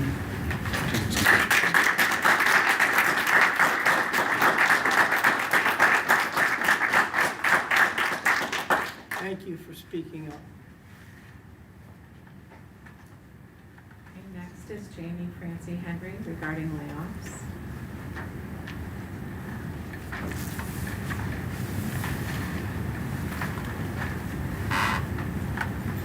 My name is Jamie Francie Henry, and I'm president of the Cortland United Teachers. I'm here tonight to ask the board to stop the current layoff process and instead pursue collaborative alternatives that protect students and staff. On Thursday, March 26, 23 CUP members were informed that they had been laid off. Since that time, many of these educators have begun interviewing in other districts, and some have even accepted positions elsewhere with the intention of returning to Cortland if recalled. However, because the board has not taken official action, there remains confusion and uncertainty for affected members regarding their employment status and next steps. We are asking for clarity and consistency for these employees, and we strongly urge the board to pause and not move forward with layoffs at all. In the spirit of collaboration, on February 24th, I reached out to the board to request that CUP be brought to the table to help identify solutions that reduce costs while protecting staffing and programming. To date, that invitation has not been extended. We continue to believe that meaningful collaboration could prevent loss of staff and protect students and opportunities. We also want to address the concept of right sizing. That has been referenced in district discussions. While we understand the intent, we're concerned about the direction this implies for our schools. The New York State Commissioner of Education has established class size requirements for New York City, which need to be fully implemented by 2028. These include maximums of 20 students in grades K through 3, 23 in grades 4 through 8, and 25 in grades 9 through 12. While these specific mandates apply to New York City, they reflect a clear statewide recognition of what is appropriate for effective instruction and student learning. That raises an important question for us in Cortland. Are Cortland students being held to a different standard than students in New York City?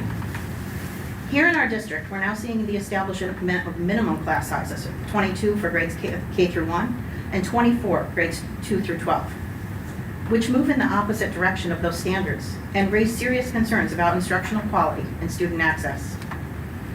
We're also deeply concerned about the proposed reduction of a significant number of special education positions, which we understand to be at least 10 roles. District administrators have expressed concerns about the high percentage of special education students in our district. Special education is the population that has grown at the fastest rate in our district. And we have been told that the district is bringing additional special education students back from BOCES placements. It should also be noted that we're already on a state watch list regarding outcomes and performance for students with disabilities. These realities call for a thoughtful, clearly defined plan for how students will be served. Reducing staff before that plan is in place raises serious concerns about our ability to meet students' needs and remain in compliance with our obligations. Our students with the highest needs would have less access to the supports and services they require at a time when consistency and specialized instruction are most critical. We also need to address a recent request made to our union. At a labor relations meeting last Thursday, April 16th, Mr. Edwards shared that the board had charged him with asking CUP to take the lead on accepting a 0% salary increase next year. We surveyed our membership immediately, and we want to be very clear. There's no feasible path for our members to support that proposal. This is especially difficult to understand given that last year the district offered us a 5% rollover, which was ratified before the end of the school year. If a multi-year financial plan was not sustainable, we believe that it should have been addressed through full negotiations at that time. Instead, we're now being asked to absorb a 0% increase in a period of high inflation, when many of our members are already working multiple jobs just to make ends meet. We also have to ask why this request begins with frontline educators rather than with the highest compensated administrators who are making the financial decisions in our district. And from a broader perspective, members have also raised a very important question. Neighboring districts have requested external audits through the Comptroller's office. Why is Cortland not considered the same level of independent review? Ultimately, we're asking for a different approach that prioritizes collaboration, transparency, and long-term planning rather than last-minute reductions that impact staff and students. We remain willing to work at the table to find solutions, but we strongly encourage the board to pause any layoffs and reconsider the path forward. Thank you.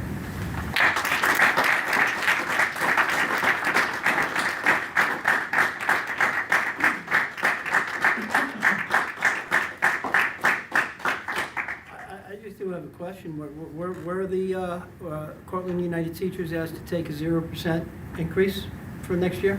Yeah, we don't typically comment in public. That was a labor relations meeting. I'm curious as the school board president to that. I'll share that in executive session. Absolutely. I think it should be shared publicly, Yes, frankly. the answer is yes. Thank you. The next person is Donald Chu regarding district economies.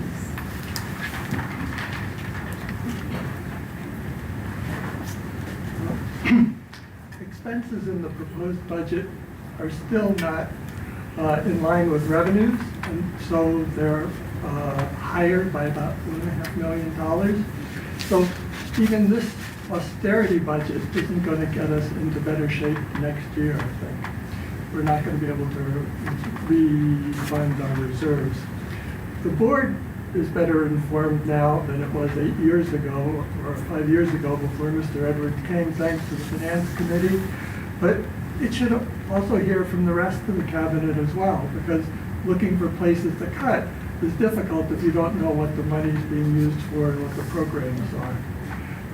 To that end, I'd suggest that in the reorganization meeting in July, we consider revamping the committees to match the cabinet members.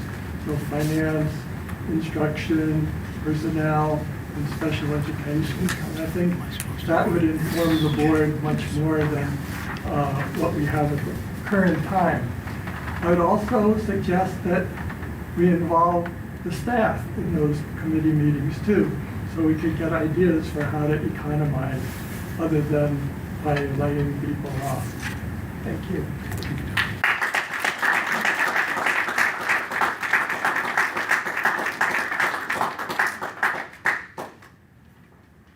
Next is Rachel Croft regarding the budget.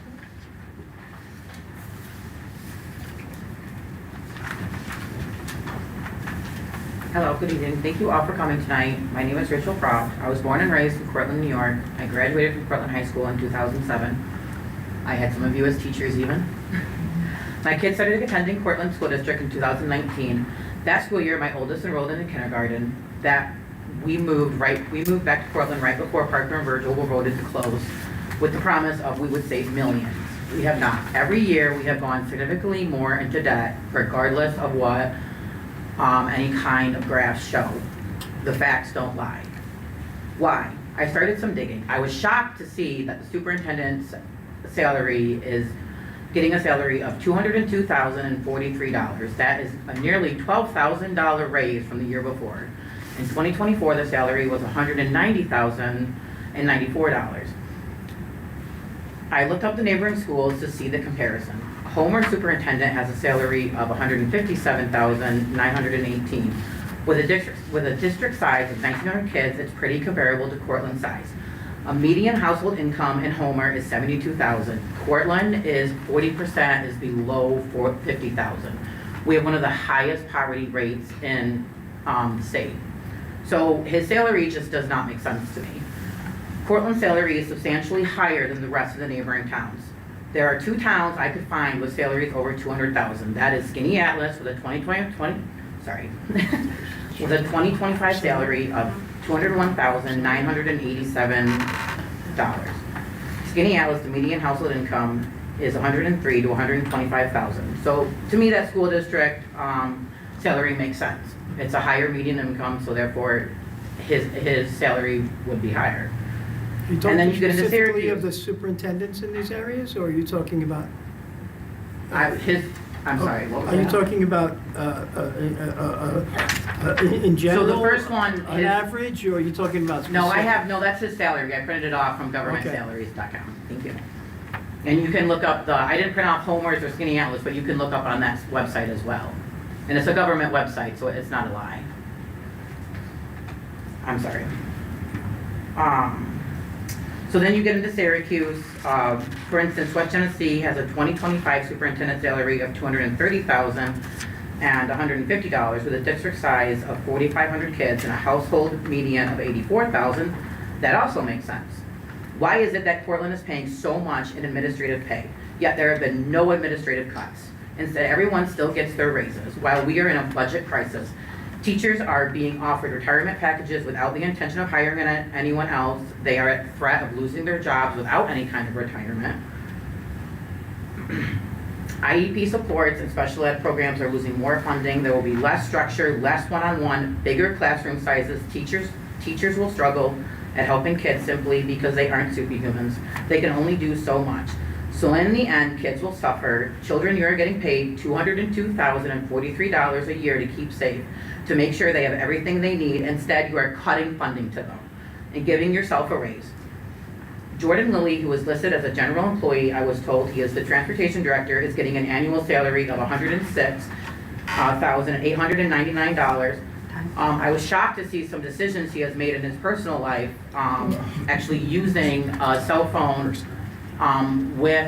using a Cortland paid cell phone of his while he was on the bench for judge at Smithville Court. We're gonna refrain from personal attacks. Please keep to the facts. Okay.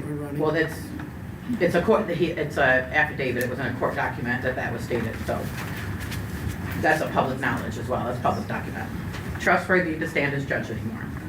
And he also was terminated from Green Schools, which has me questioning why he is even working here, let alone receiving a six-figure pay. Yeah, this is, please. Did you read this? We're past the 8 minutes. So what's happening is... Okay, I just have a little bit more. Christopher Williamson, he is making a salary of $130,129. His job title is listed as NA. I've been told he is in charge of finances and he's an administrative assistant to the super. Not sure which one. So now my question is, just 3 administrative pays is $439.71 of our budget, nearly $500,000. My question is, why have there been no administrative cuts and why we have such high salaries in a town that has a 40% of under $50,000?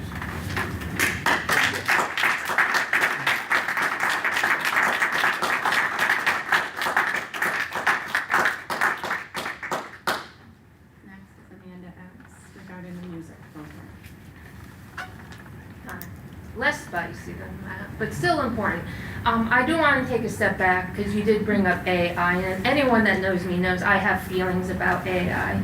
To introduce myself, I'm Amanda X. I live over on Cortland's east side.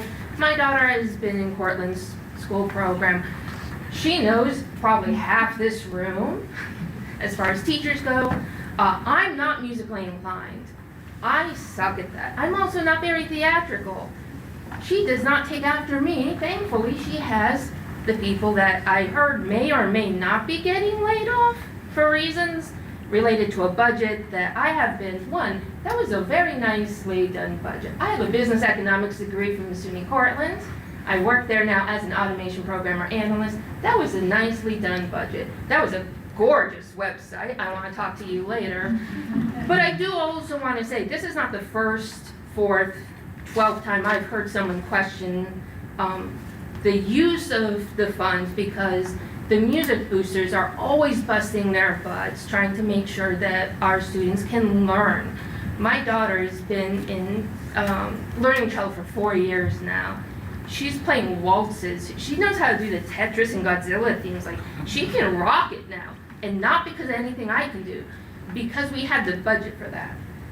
I will gladly pay $15 more a month, but I'd also really like to see some of these budget line items for salaries, for administrative things, be lowered, because, to bring it back to AI can very easily do budget reports. It can very easily do administrative tasks. I do that all the time. AI cannot teach people music very well. It can't make very nice websites. It can't put on art shows. It can't do modern band. And at the end of the day, when everyone's retiring and all this healthcare is coming to a crisis because a bunch of people are going to be retiring, we are facing a population cliff. That's why we have so few students. We have so many retirees. That's why health insurance is the way it is. AI might be able to help you in hospice. It's not going to be able to help teach our kids. We need to focus on getting our budget items, focus on what's actually going to make it better for the people that had to keep this thing together once everyone's retired. Thank you.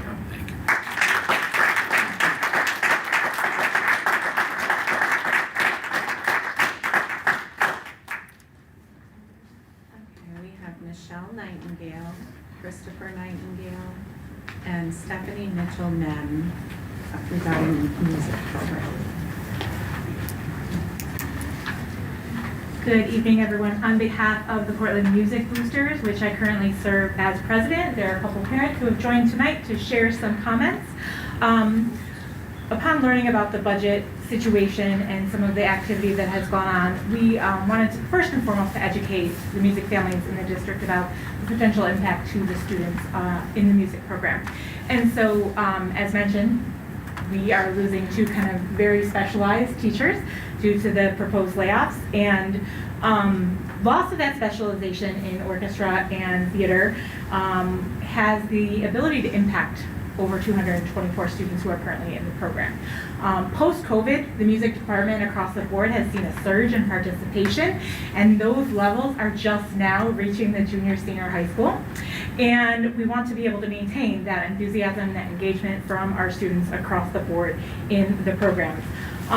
We are fortunately the only district in the county to have an orchestra program still, and we have support of our partner Julie Carr, former district personnel and leader of the St. Mary's Orchestra program. So students who want to continue post K to 6 with stringed instrument instruction can come here or do it privately through instruction on the side, which we know many of the families in our district cannot afford. So we are just doing whatever we can to promote the budget vote. I sent everyone a packet of information prior to the meeting tonight, and here's a copy here, but you all have it in your inbox as well. And I think we really want to propose and advocate for keeping our dedicated staff, many of whom were honored and recognized tonight with different awards and grants and students who were playing, which is a testament to the success of this program. We also supported a nomination to the NOM-Best Communities for Music Education Award, which we hope to hear about soon. And I think if the district is provided that award, it would be another testament to the success of music education in the district.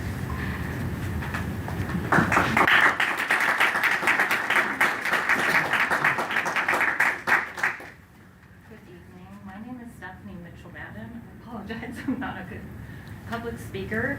I do have 3 children. One is a 2024 Cortland High School graduate. I have a current senior and a freshman. And I do see a lot of their wonderful teachers that have impacted them throughout these years.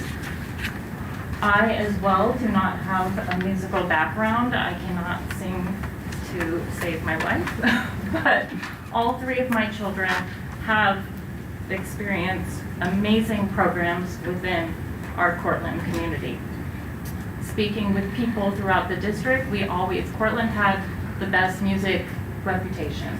If you talk about it, oh, Cortland has a great music program, great music program. I do just want to highlight some, as I'm looking over all of the potential budget cuts to the music. I could talk to almost every line item on there that my children have participated in.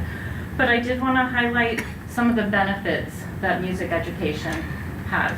I mean, there are a number of studies that show just the student engagement, but there's also leadership, scholarship, and continued and lifelong learning.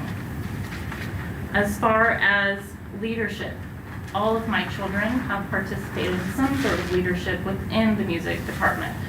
2 of my children are in the Triumph National Music Honor Society and have held leadership. My current senior is a co-president of that honor society, and my oldest was a former president.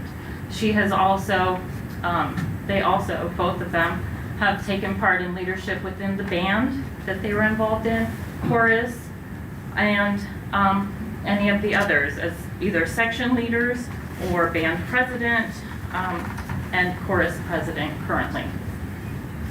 As far as scholarship, my oldest daughter received over a few $1,000s in scholarships that she put towards her college education just simply by being involved in music.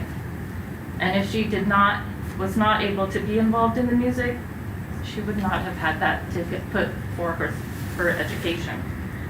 She has also been able to play music within communities around town, community building. Music brings community together. And as far as continued education and lifelong learning,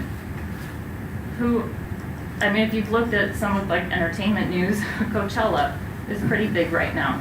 People are spending thousands of dollars to go listen to music being played. Music is an integral part of our lives.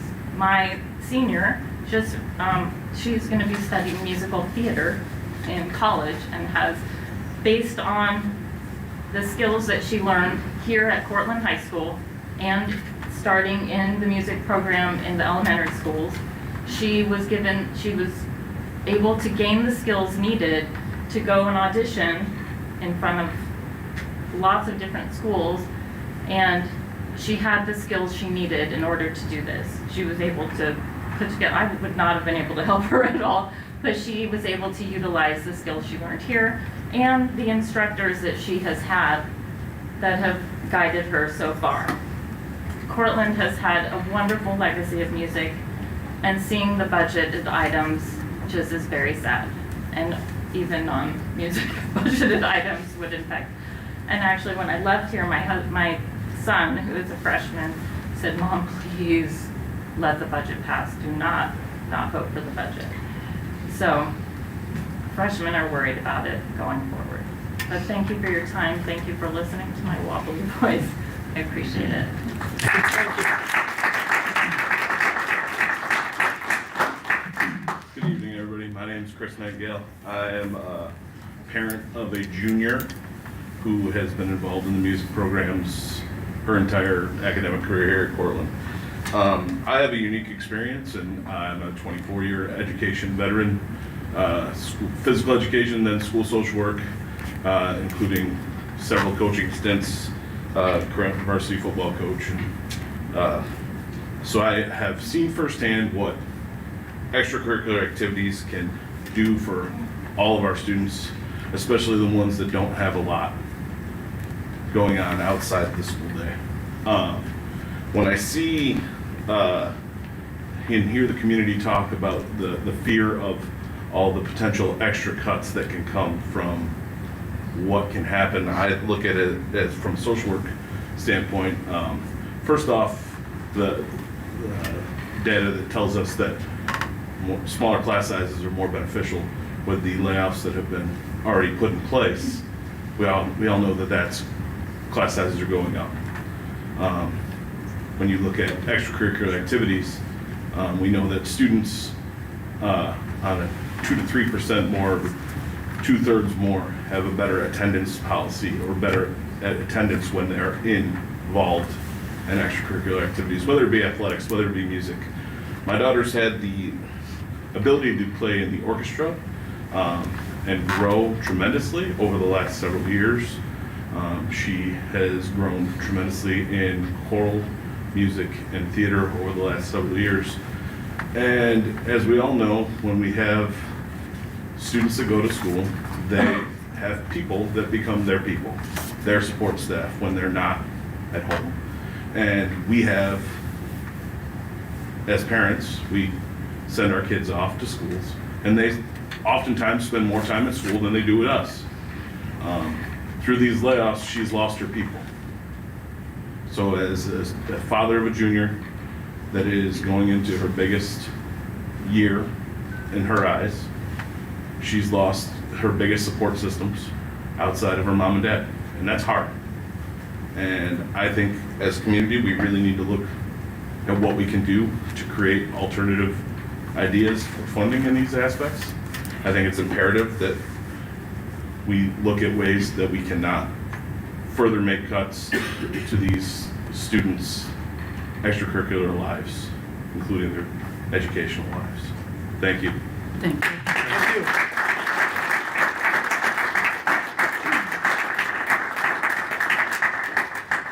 Appreciate. Do we have anybody else? Yes. Next is Joseph Ford regarding the importance of music programs to build equity and engagement. Good evening. My name's Joseph Ford. My son is in 7th grade, is involved in chorus, in band, and in drama. But I'm actually going to speak to you tonight from my experience. I'm a professional educator. I teach music in McGraw School's neighboring district. And I want to echo some of the things that have been mentioned tonight about engagement of music programs. I don't do what I do to make professional musicians. I do what I do to make learners. And for my students, maybe 10-15% of them, their families have the resources excuse me, to do music outside of the schools. But on a daily basis, I work with kids who, across socioeconomic levels, across ability levels, students with some of the most intense IEP services, being successful in the music room. Being engaged for many students, that's why they come to school. And there is no educational program that you can establish that will help kids if they're not in school. So the 2 music positions that are being cut, I believe will have a huge impact on the engagement and equity for our students. And I strongly urge looking to cut elsewhere. Thank you.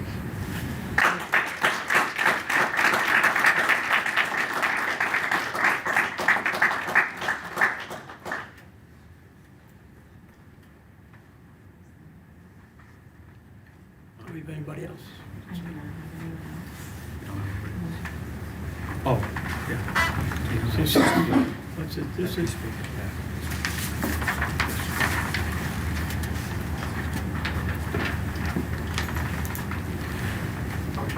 So next is Jeffrey Wolf. Well, there's something at the bottom of that, right? About personal. Yes. At the bottom, the 3rd paragraph on the form that's filled out says, to protect privacy and concerns about specific students or employees should be directed privately to the superintendent. Please keep comments respectful and in line with our district code of conduct.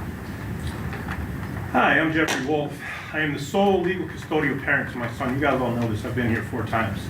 And you guys have done nothing to protect my child at all. This Board of Education is a disgrace because Bob Edwards has been using himself to dictate what he wants to do by telling you what to do. And that's what's happening. He's dictating the Board of Education. The Board of Education is not dictating him. Right? Bob makes $205,000. That's a lot of money to make. And the fact that the board approved that in 2024 to give him that money because he asked for it, because he said that he deserved it. Imagine that. And here we are in a deficit and a crisis. Hey, but I'm not here for that, because what I'm really here for is that one child harmed under Bob's auspices is one too many, right? Now, my child was illegally handed over back on September 15th of 2023 by a principal that resigned early, retired early. And that principal illegally handed my son over at the request of the other parent, where she has no custodial rights to my son. Bob allowed it. Bob said it was okay. Bob thought it was perfectly fine. And my son, he came home like this. He came home like this. The Board of Education has seen this, right? My son has had issues where they were informed, the school district was informed of what was happening to my son, right? And instead of mandated reporters reporting things that my son told a 1st grade teacher about, the 1st grade teacher called my son a liar and contacted me and said that she was going to have a talk with me about my son lying to adults. Bob Edwards did nothing. Bob Edwards is a danger to children, and Bob Edwards should be removed from the board, from the school district, and the Board of Education should be doing an investigation into Bob Edwards' actions, because you know what? He banned me from the school again for the 2nd time because I continue to come to these Board of Education Excuse meetings. me. But we need to put this to a limit. We've That got- was like 2 minutes. It says 8:26 clock start, I have 8:27. Please continue. Thank you. And Bob welcomed me back into the school district after I removed my son from the school district for his incompetence and his malicious intent and his gross negligence in not protecting my child, where he's not protecting other children. And he's taking people's money. What is he doing with all this money? This was back in 2023 when everybody had this Board of Education meeting wondering where all the money went. Because the COVID money was just gone in 2023. And here we are in 2026, still talking about the money that's nowhere to be found, Bob, right? And so if I'm going to speak to people about what's happening to my child, Bob decided to be Donald Trump and ban me again from the school as a dictator to tell me that I'm not allowed to go to speak to anybody. So I'm here speaking to everybody here about what Donald Trump over here keeps doing to people. And it's scary. It's scary, and you guys should all be scared that Bob Edwards is the superintendent who is allowed to do this and runs the Board of Education as the Board of Education doesn't do anything. There's no transparency. Right, Gavin? That's what you ran on, transparency. Thank you very much.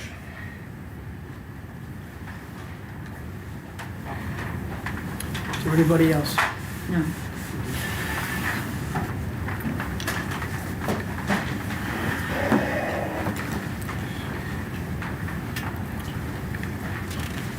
Okay, moving on. Be it resolved upon the recommendation of Mr. Robert Edwards, Superintendent of Schools, that the Cortland Enlarged City School District Board of Education accepts the consent agenda as presented. Do we have a motion?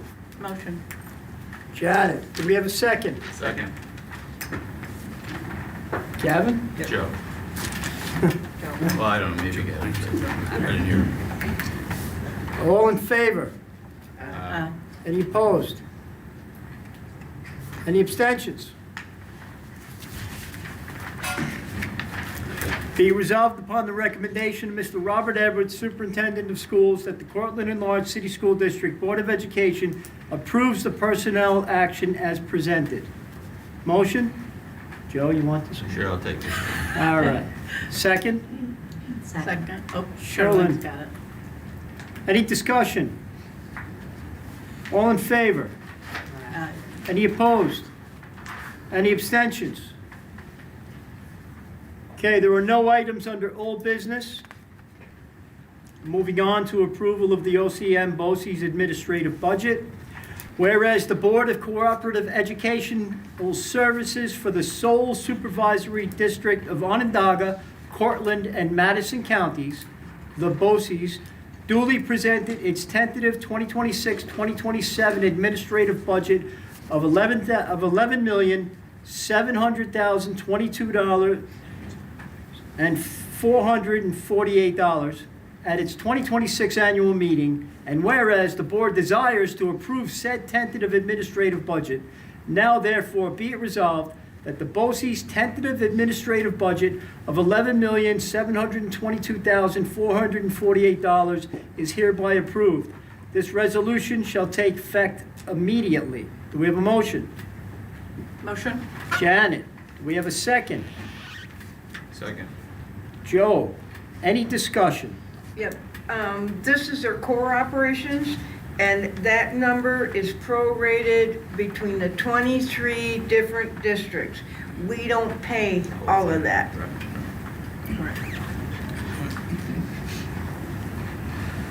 Right, so you're saying that it's $11 million divided by the 23 and the But percentage. it's still little ones, big ones. It's weighted, yeah. certainly.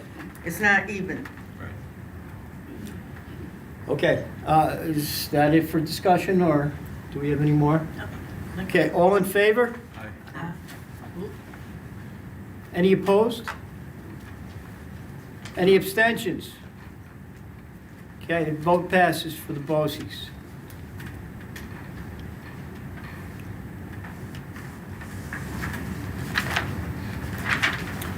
Resolution that the board cast its votes in the annual election of members of the Onondaga, Cortland, Madison Board of Cooperative Educational Services for Nicholas Bainey from Liverpool Central School District, Jennifer Welsh Marcellus Central School District, and Joan Reeves, Baldwinsville Central School District. This resolution shall take place immediately. We have a motion. Motion? Janet makes a motion. Do we have a second? Second. Sherlyn, any discussion? Our seat is shared with Homer, and so we're not on this vote right now. It's not our turn, because Homer's got the seat, got the vote. I believe it's 2029 when Cortland gets a turn again. And for some history there, we did have somebody on that board who then had stepped down from our board, and we lost our We lost their seat. place, yeah. Right. And so Homer's had it for quite a while. But we get a turn again. We have to be patient. In 2029. I think that's right. If anybody has better news, or 3 years worse from now. news, or Bob, does that whatever sound right news. to you? Yeah, I'm not sure when her term is I think it's up. 29. I can find out and send it to the board. It might, We- it might we- be, that might be right on. We'd appreciate that. Yep. We'd like to have a say on that We'll board. do. Yep.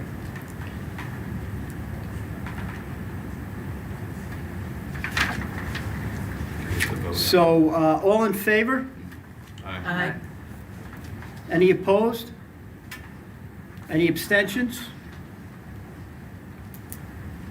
Okay. Be it resolved upon the recommendation of Mr. Robert Edwards, Superintendent of Schools, that the Cortland Enlarged City School District Board of Education approves the resolution to transfer monies from the Employee Benefit Accrued Liability Fund to the Unemployment Insurance Payment Reserve Fund as presented. Do we have a motion? Motion. Janet? Do we have a second? Second. Joe? As we have discussion, Chris, I'll ask you, is this because of the elimination of positions, we're expecting a higher than normal unemployment next year? Or That's correct, yes. any other discussion? All in favor? Aye. Any opposed? Any abstentions?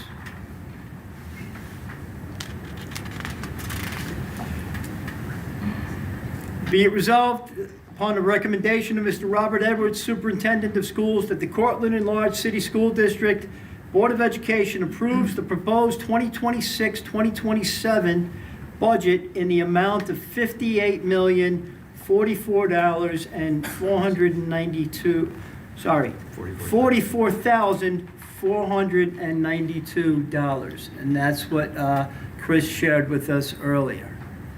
Okay. Do we have a motion? Motion.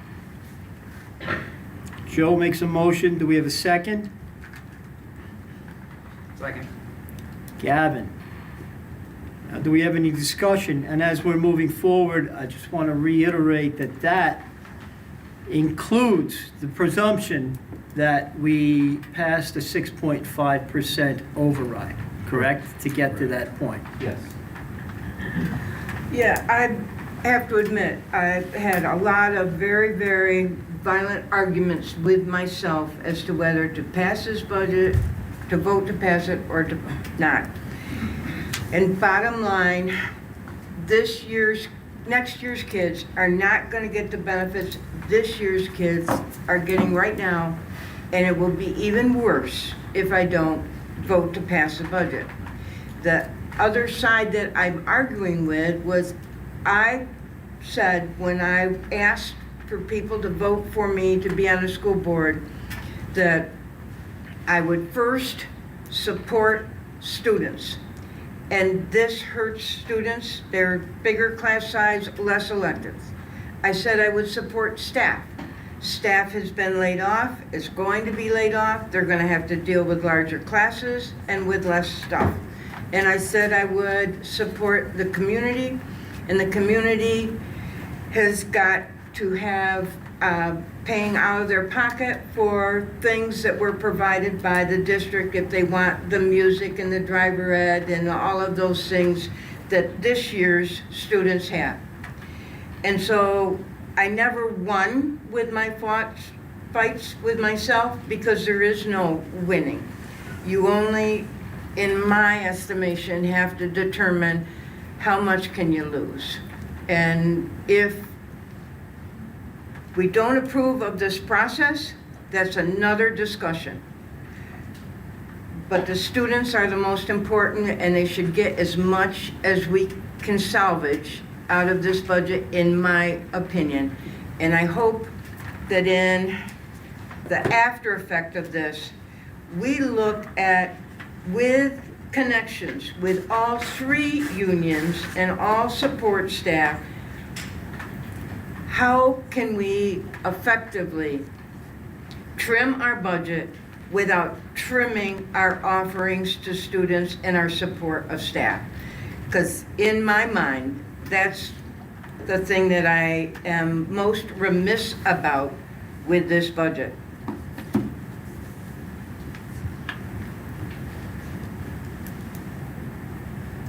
Thank you, Lori. I was under the naive impression when I took this position that if we went over the tax cap to a certain degree, we would be able to save positions, but it doesn't seem to be that way. And now if we do not pass this, we will lose even more programs and staff, it seems. No good options. Any more discussion?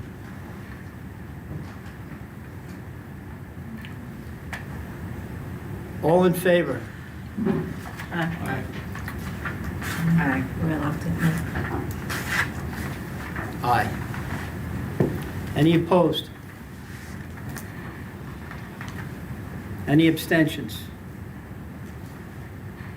The budget passes.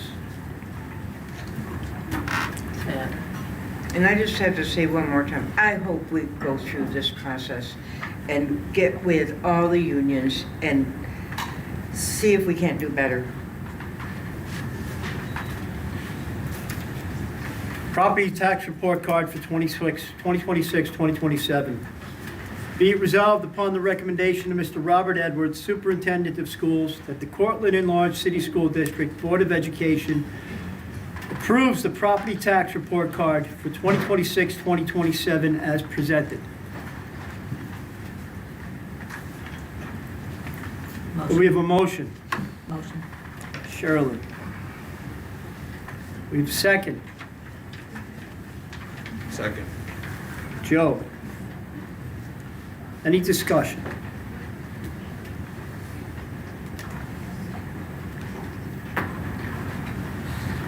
Oh, there's no need to discussion, because Chris already explained it. Even though I was asleep over here, I'm sorry. All in favor? Any opposed? Any abstentions?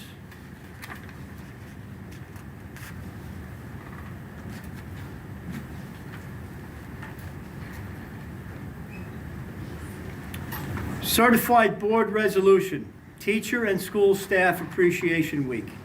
Whereas teachers and school staff mold future citizens through guidance and education, and whereas teachers and school staff encounter students of widely different backgrounds, and whereas our country's future depends upon providing quality education to all students, and whereas teachers and school staff spend countless hours preparing lessons, evaluating progress, counseling and coaching students, and performing community service, and whereas our community recognizes and supports its teachers and school staff in educating the children of this community, now, therefore, be it resolved that the Cortland Enlarged City School District Board of Education proclaim May 4th to 8th, 2026 to be Teacher and School Staff Appreciation Week.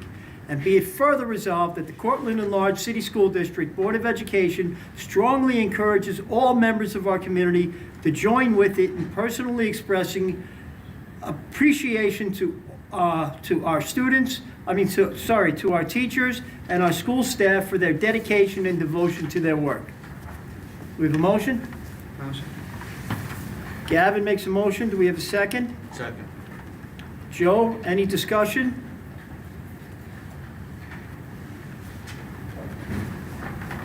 All in favor? Aye. Any opposed? Any abstentions? Passes. Health and Welfare Services Agreement. Be it resolved upon the recommendation of Mr. Robert Edwards, Superintendent of Schools, that the Cortland Enlarged City School District Board of Education approves the Health and Welfare Agreement as presented. Do we have a motion? Motion. Janet. A second? Second. Gavin? Any discussion? Yeah, these are students that would be Cortland students, but their parents have decided that they would rather have them attend a different school, but we are still responsible for the physician, the nurse, the school worker, the psychologist, the speech therapist, any other supplies.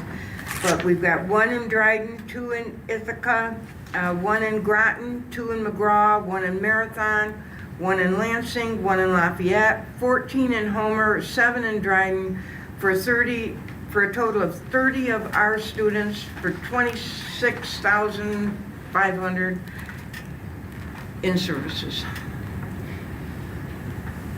Thank you for that information, Lori. All in favor? Aye. Any opposed? Any abstentions? Be it resolved upon the recommendation of Mr. Robert Edwards, Superintendent of Schools, that the Cortland Enlarged City School District Board of Education approves the request to surplus items as presented. Do we have a motion? Motion.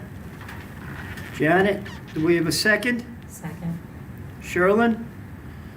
Any discussion? These are risers and they're going for scrap. All in favor? Aye. Any opposed? Any abstentions? Be it resolved upon the recommendation of Mr. Robert Edwards, Superintendent of Schools, that the Cortland Enlarged City School District Board of Education approves the 2026-2027 curriculum and additional rates as presented. Do we have a motion? Motion. Shirley? Is that Shirley? Yep. Sorry. I'll second. Janet seconds. Any discussion? Yeah, I have a question. Back in the old days, there was just a curriculum rate, and it wasn't dependent on who you were or what you were or whatever. And now it's got one that says if the rate isn't specified above, it's to be set by the administrator. And I would think that would get into difficulties if not everybody's getting paid the same thing for curriculum development. Yeah, everybody will get the same thing for curriculum development, but Chris can speak to it. Yeah, so oftentimes what happens is we get timesheets come into the business office and it doesn't fall under any of the categories that are listed there. Yeah. So what this allows us to do is, okay, now we got a timesheet for this particular thing. Where does it line up with in this memo in terms of what is it most related to? And that we would define that rate moving forward so that everyone who puts a Okay, similar so timesheet in gets why the same rate. isn't it set by the administrator and the particular union that's involved?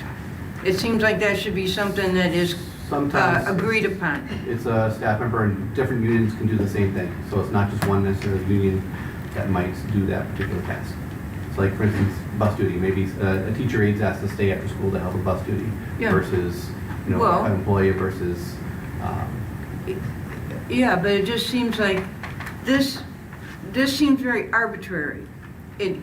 Back in the day, when I had a different position, it would always be a mutual understanding. It wouldn't be just done by the administration.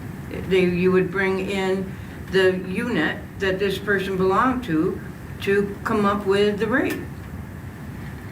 Yeah, you can see That- some of these rates are outside of contracts, so they're not within, because the rates within are done that. Well, they're in this document.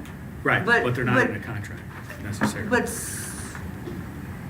I don't know, that just bothers me, and I'm also bothered by the substitute teacher rates. And in it, it says consecutive school days. Now, I believe a substitute doesn't get any sick leave or any personal days. So if they miss a day, no. do they then not This is if we were planning a long-term sub for 20 days or more, so if Yeah. they miss a day, they don't get paid for that day. But otherwise, the old way we used to do it, they would reset their clock. Right, But if because they were gonna be a long-term sub for 20 days or more, Right. then they're getting that rate per day, whatever they work. I worked here when they did that on purpose. Right, They that's worked why from we 19 days and That's why we then, did it. That's what we fixed this. A couple of months ago, we talked about that. I Yeah. remember in executive session. Yeah, we Now, fixed now, that. I do remember Yeah. that, Lori. okay, but We did this, talk about it just doesn't, when it's got this consecutive school days. Correct, for a long-term Yeah, sub that's for what- essentially 4 weeks or more. Well, long-term to 20-plus days. Yes. If they're consecutive, that's the way it reads. Long-term sub, 20-plus That's days not how we It's consecutive. not the way it reads, and that's not the way we practice it. Well- We've changed that practice. Change the wording, Well, if that's not what you do. Chris can take that under advisement, yeah. That's not how it reads that way. Well, it most certainly is the way it reads. So could it Can you explain be it, Chris? changed so that it reads more like what we actually are doing? This is the practice we've had the last couple of years in terms of the rate setting memo. So if someone were being hired as a long-term sub, let's say for January through March, there's at least 20 consecutive days there. We pay them at that rate of whatever it says in the rate setting memo. And if they miss a day because they're not feeling well, right, they take a day off, so we have to find a sub for them. They don't reset their clock in terms of going back. Don't to the reset old- it. But I think if I may, Cheryl and Lori are raising a point, to just say we all disappeared today, the writing would be interpreted as such that if Thank they you. missed one day, that they Right. would go back to the. There's a difference between what's written here and the practice. I would like to have the practice written here instead of this, because this is what they did years ago and it hurt people. So how difficult is that to just make it a little clearer and then we vote on it next month? I think the wording is clear in my opinion, but I understand what you're saying. Not in my opinion. But that's, And I think because we've lived through what it used to mean, and to me it sounds like that, so why not just make it clearer? Did it used to mean that with this exact wording? Like, does this year, does it mean that? it used to say for 21 consecutive days of subbing, you got an additional back pay. It was confusing and hard to track. Let's bring back another proposal to Is the it board, is so they're not it a confused. terribly big deal just to put their mind at ease and just change the wording to go to It's the the word practice? consecutive that's the bad word. Because if they take a day I off, can rework this. if you and take bring a it day back to off, the- it's not consecutive. I'll Yeah, bring it to because finance committee. above there where you say 20-plus days, that's great, but then when you I have to qualify that to say that it's consecutive, it is a little confusing. So it's not, I don't think it's that hard to change. It's not. and- This is a and we'll wonderful be happy opportunity to vote. remind, though, this could have been adjusted prior to this, so. I'm gonna make a motion that we table this until Feedback would next be month. Well, I wonder if we could approve it contingent on the changing of that You word. take that word out, I can go back upon those approval, and then that would be what's approved by the board. So much like minutes, if you were to do adjustments to the minutes, it would be for done next time. after, right? Yeah, because the fact that they're a long-term sub means it's not one day a month. It's a long-term sub.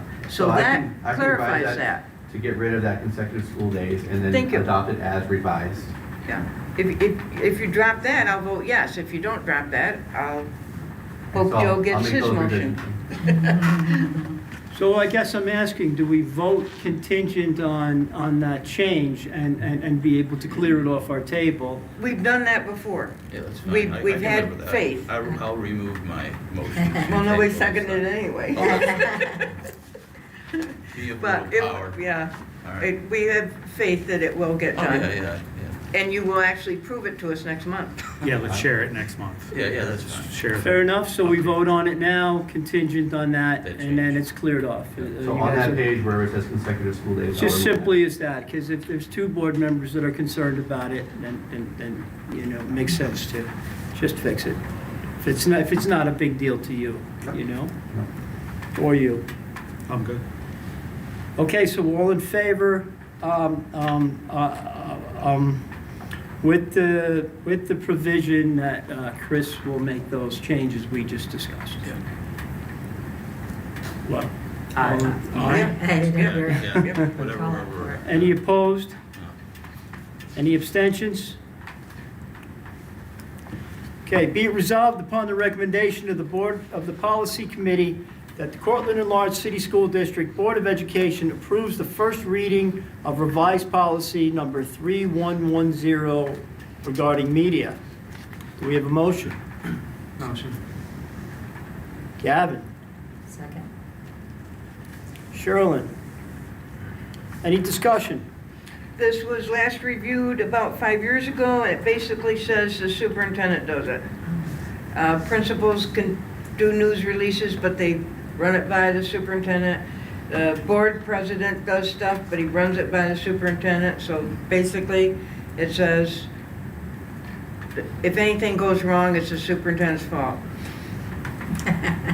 Was this what predated your Friday announcements and to everybody and all that stuff? Gavin could probably speak to it, but right, this is a very short policy, as you see. Yeah. The thing that came up in community engagement is really talking about official communication channels and then how to define those. Right. I mean, the only thing we're actually voting on, the only update right now is just to adding in the sentence, quote, "The district will periodically identify its official district communication platforms and accounts." Basically just being sure that there isn't, I think of examples like certain teams have, Instagram accounts ran by coaches. God forbid that one of the coaches goes rogue and posts something that is against district values. We just want to clarify that that's not officially from the district. Did you guys discuss it all periodically? Because it's not defined. When it says it's periodically reviewed, was in that little green line, I think. Right, yeah. What's is that every 5, because it was last done 5 years ago. Is it every 5 years? Is it, Well, what's a period? Periodically identified, so we're saying on the website, it's gonna say which ones are sanctioned by Cortland schools, just so we don't get into trouble as something they say, because it has Cortland schools on it, but it's not sanctioned. So we're saying it'll always be on there, but we'll just add things that will also be official school items. Just wondered if you wanted to further define what periodically was. It's okay. So, all in favor? Any opposed? Any abstentions? Extra classroom quarterly report. Be it resolved upon the recommendation of Mr. Robert Edwards, Superintendent of Schools, that the Cortland Enlarged City School District Board of Education approves the extra classroom quarterly report as presented. So moved, someone? Motion. Janet? Second? Second. Gavin? Any discussion? If I remember correctly, the clubs are supposed to be active in order to be on this list. And the only one that had a 0 balance was the International Junior High Club. Is there something going to be done so that they get some money so that they can stay on that list? Part of the process is I'm going to be working with the junior high and senior high principals as we close to the end of the school year to determine is it going to be an active club moving forward. Right. And if it's not going to be an active club financially, maybe it's a club but not an extra classroom. So we can move them to that designation. If they are, then we'll work with the principals to work with the advisors to see what we can do to help fundraise for those clubs. Okay, so the answer to my question is they're either going to do something or they're going to be gone. From an extra classroom list, Yeah, not okay. necessarily the club. Yes. All right, good, thank you. Okay, all in favor? Any opposed? Any abstentions? Did you, well, you don't vote. I just saw you raise your hand and it caught the corner of my eye. Yeah, he doesn't.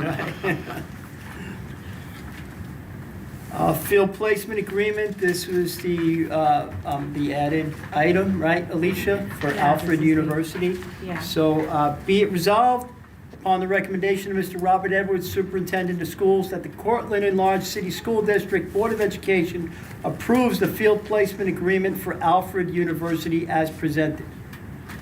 Motion. Janet makes a motion. Do we have a second? Second. Gavin? Any discussion? This is just a student-teacher placement, and that's a good thing for us. All in favor? Aye. Any opposed? Any abstentions? All right, let's move on to leadership reports. Cabinet, do we have any? Sure. So, the agenda here, and so I'll bring up something that we've been working on together between the cabinet and the union is a process in a more diligent process in getting our uncertified staff certified in a timely manner so they can get certified on time or within time based on New York State regulations. So we've been working together on that.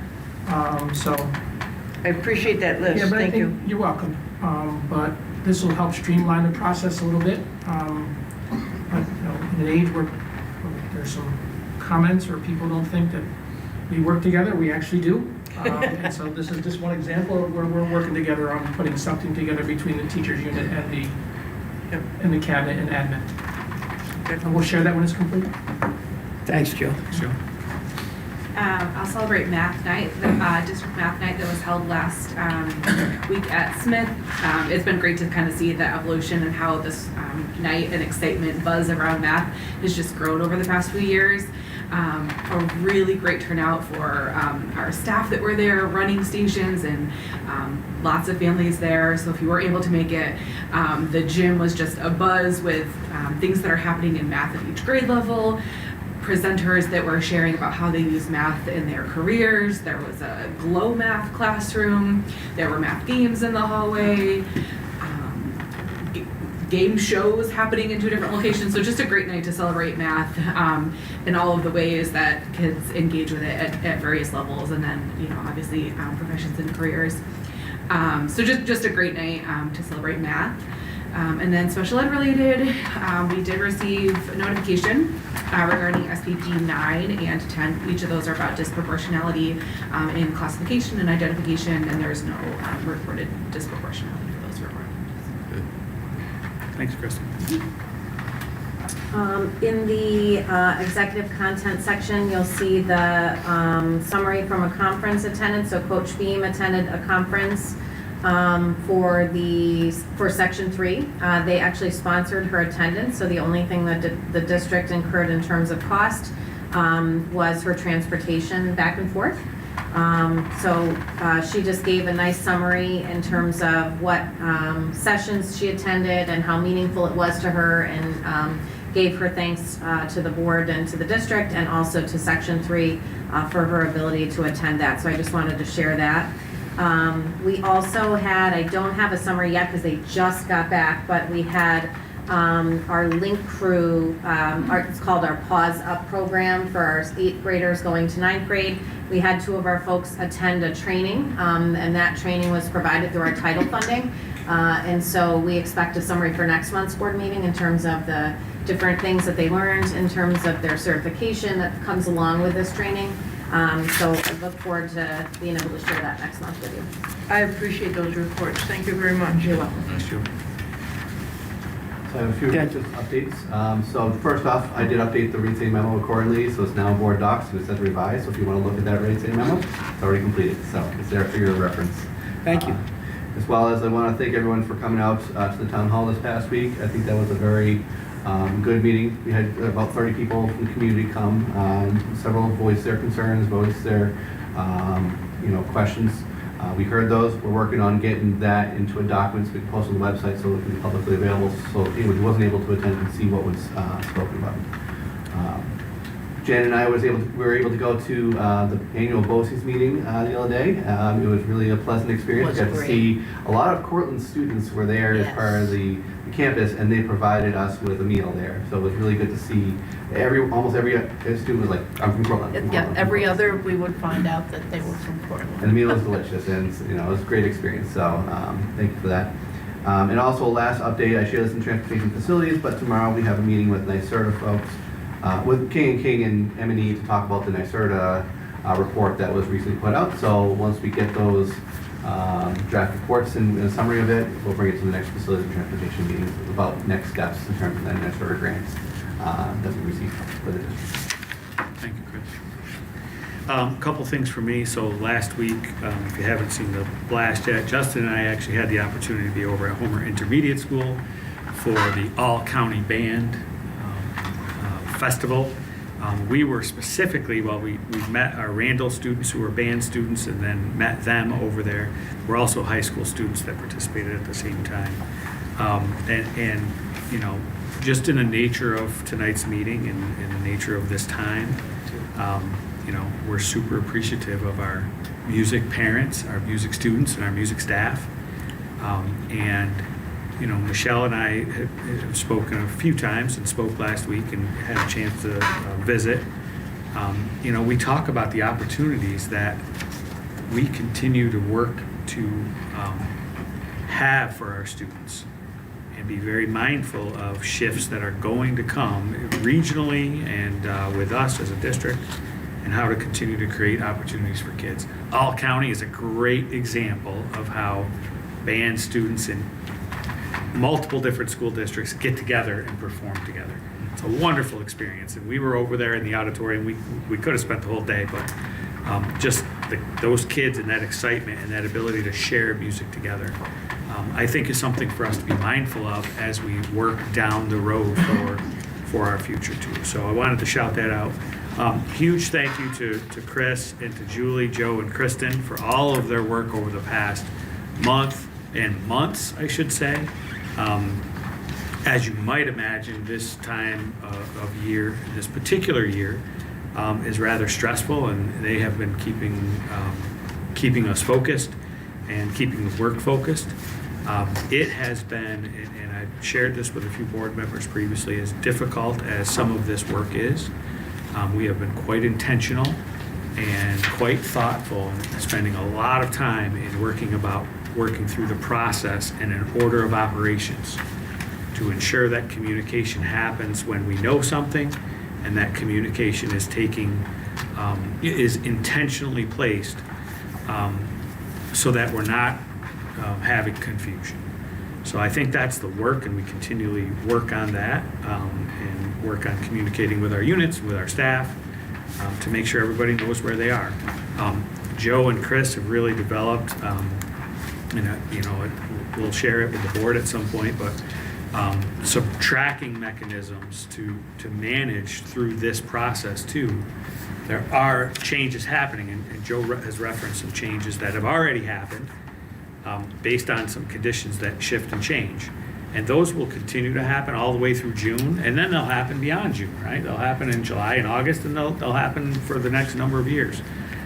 We've built in the background a tracking mechanism so that we can keep track of that, to make sure that we don't lose place, to make sure that our staff understand where they are in the process. So been grateful for the team for doing that, and overall for our staff and how they've handled some of the difficult conversations that we've had, and our guiding coalition as we navigate from, we navigate some K-12 programming, which has its own set of nuances and complexities. So we're working very hard to do this with as much heart as we can, and with the intentionality and focus that we can put forward. I had mentioned earlier, just a reminder of a board promotional video. That is something that the Community Engagement Committee really thought hard about. So if you have a chance to catch up with Melissa or Justin, please do that. And then just shout outs, reminders, and this will be our blitz that will start starting tomorrow. 2 polling sites for the vote. One will be in Virgil. The other one will be at the junior senior high school. So those are our 2 polling sites for the vote date in May. So be mindful of that, and we'll keep that word going out.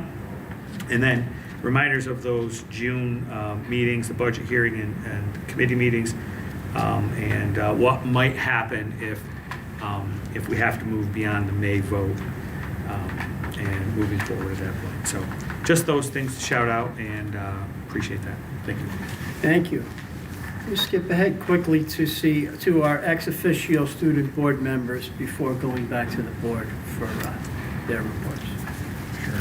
So I'll kick it off. Aiden and Si. I'll kick it off with my first page, which my first page of this report is just about the budget website. That was basically my home for my board responsibilities. I didn't have a whole lot of time to do much else. for the board, but Cy does have a very interesting next page, and I'll hand it off to him for that.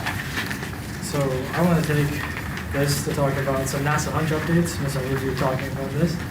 So earlier this year, as many of you know, around February, the NASA Hunch group went to RIT for what NASA calls their Critical Design Review, or CRT. And here's some updates we've received since then. Really only two big ones. The first one, our lunar sample container, which is the crate me and another friend worked on, we ranked 4th place out of hundreds, if not thousands, I think, across the country. Terrific. Let alone in the state. Even though we didn't get, and the second one is, even though we didn't get to go to Houston, we are getting some special recognition. I don't think I can quite talk about that yet, but once I am able to, it's really cool. Next month. Hopefully. Yes, That's the plan. okay. That's the plan. This is a really good note to end off on. 4th place and special recognition for how what we did is nothing to complain about, considering this is our first year, and considering what we had access to. I think we did really good. Now our goal at this point is just improve on our current design, so we might be able to go to Houston. But overall, a really good year for us, and we have to go even further beyond, maybe even to the moon. I'll pass it back to you.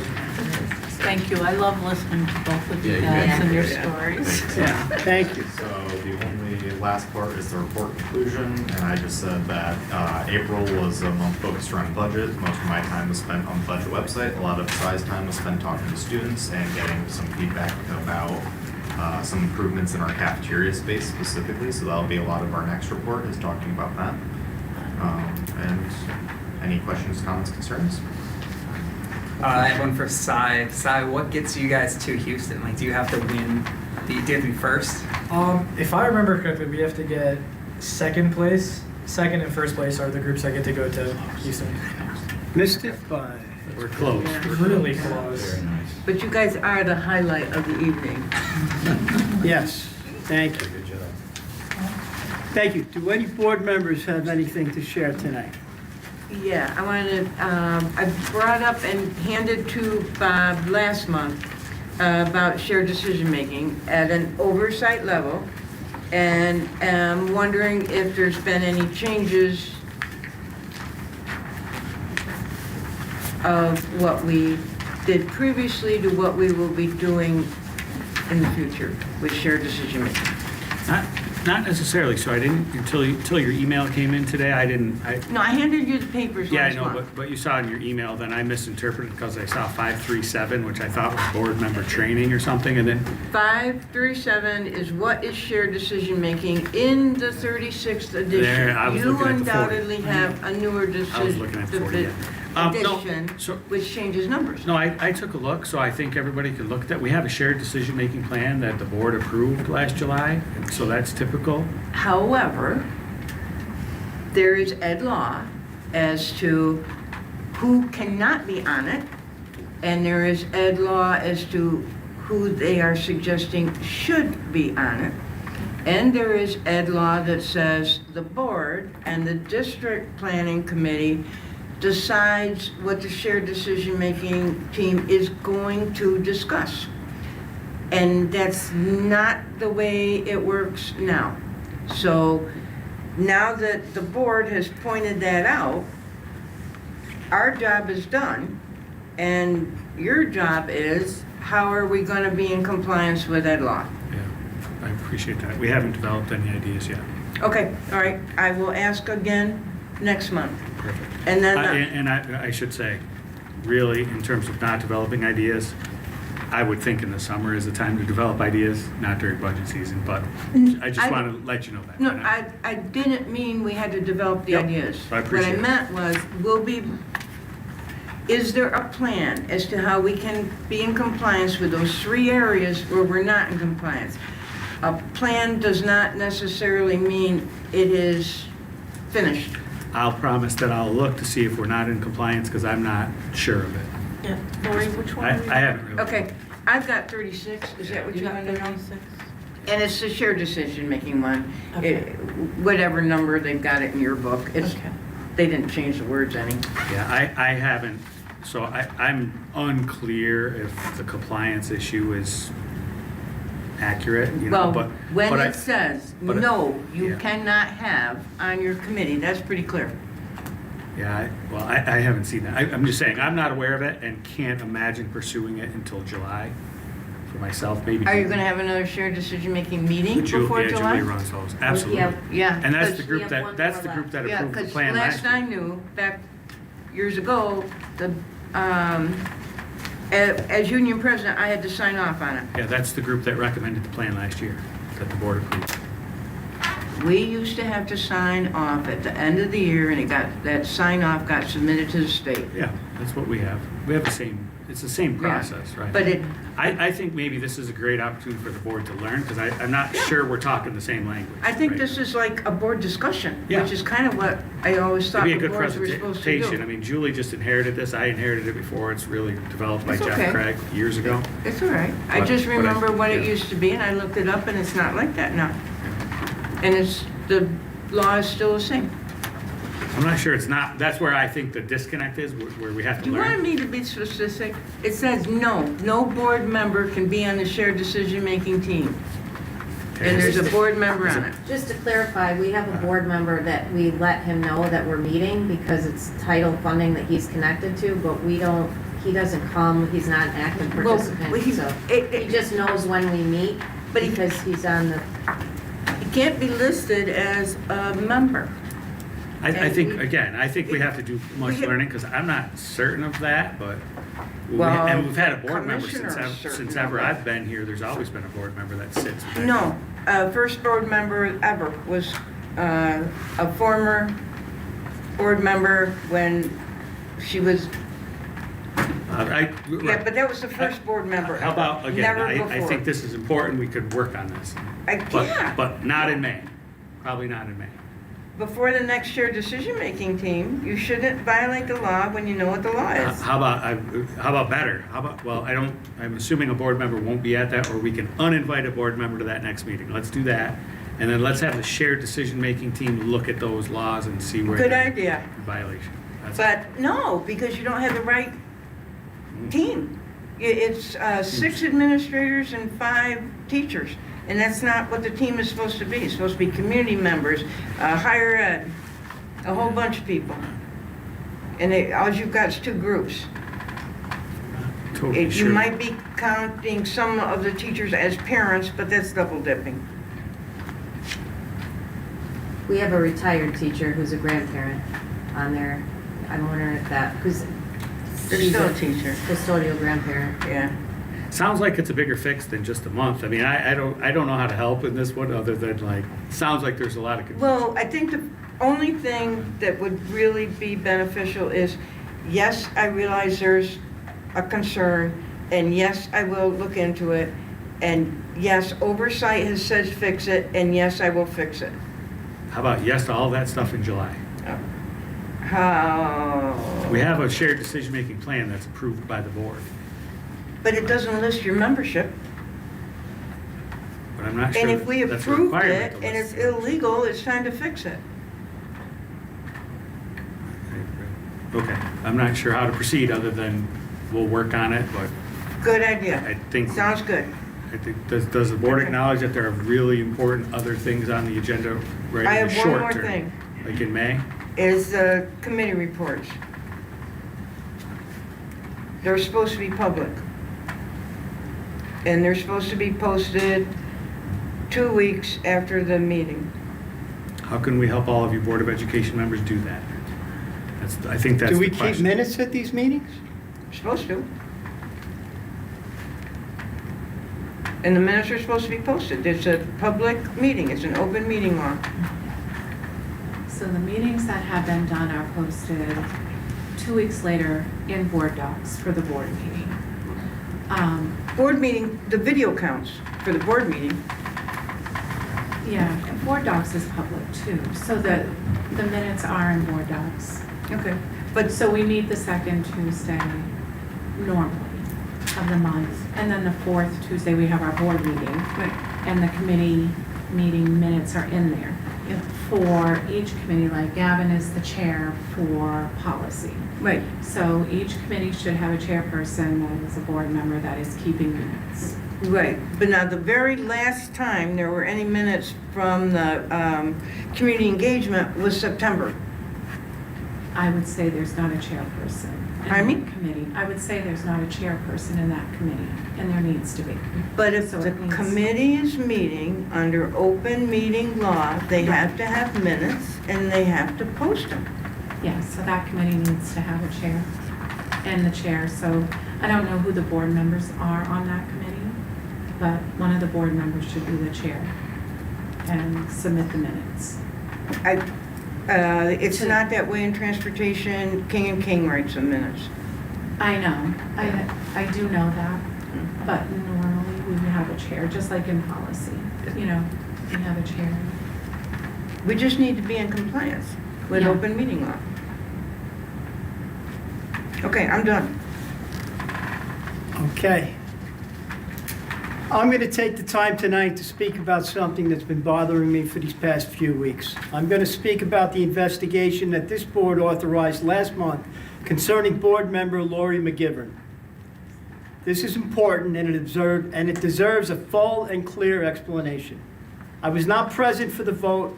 Had I been, I would have voted no. And after reviewing everything that has happened since, I am even more concerned now than I would have been at that moment. Let me be direct. I believe this investigation is all the appearances of a witch hunt. Anyone who has served on this board knows exactly who Lori is. She is persistent. She asks questions. She challenges decisions. She does not sit quietly when she believes something is not right. She can be difficult. At times, that can be uncomfortable. At times, it can be incredibly frustrating. But that is also exactly what oversight looks like. In my experience, she follows rules, she studies law, she reads policy, she checks procedure, as we just saw in her discussion right here. She often does it to a degree that most people would not. That is not misconduct, that is diligence. That is why I'm troubled by the presumption that seems to be driving this process. The entire situation appears to stem from a meeting that took place in a public setting. Lori was sitting in a public location with the president of the teachers union and others. They were discussing matters related to district finances, layoffs, and NYSET's review of those finances, something NYSET regularly does when a large number of their members are being fired. It happened in Homer as well recently. At that time, the district was facing layoffs affecting more than 30 employees. That is not a routine situation. That is a major public issue. It affects families, it affects staff morale, it affects the stability of this district. What I understand is that the discussion involved NYSET's review of district finances in that context. That is not a side issue. That is a matter of enormous public concern. It is exactly the kind of issue that board members should be trying to understand. Board members should be seeking information. Board members should be listening. Board members should be trying to understand what is happening and why.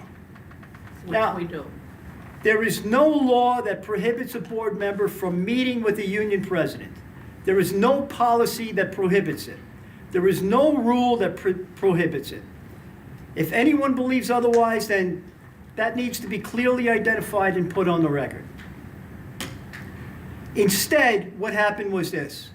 Someone took photographs and video of that meeting from a distance. Those images were posted publicly on Facebook. Members of the public were invited to zoom in on papers and speculate about wrongdoing. That is not transparency. That is surveillance, insinuation, and public smearing. Under New York law, defamation is the umbrella term.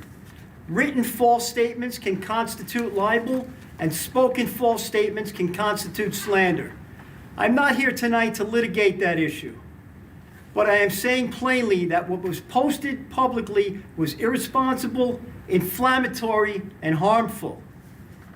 And from a moment those photos, video, and accusations were posted, the assumption became that something improper must have happened. I reject that assumption. I am equally troubled by the response that followed. On March 20th, I received a voicemail from Superintendent Edwards describing the situation as an emergency and asking me to contact Lori and tell her to end the meeting. I did not receive that call in time, but I want it clearly stated that I do not agree with that characterization. A board member sitting in a public place having a conversation about district matters is not an emergency, nor should it have required my attention. What followed was the authorization of an investigation. Not a conversation, not a clarification, an investigation. We are now using district resources, including outside legal counsel at great expense during a budget crisis, to investigate whether a board member should be removed from office because she was observed speaking with stakeholders in public. This is a serious overstep.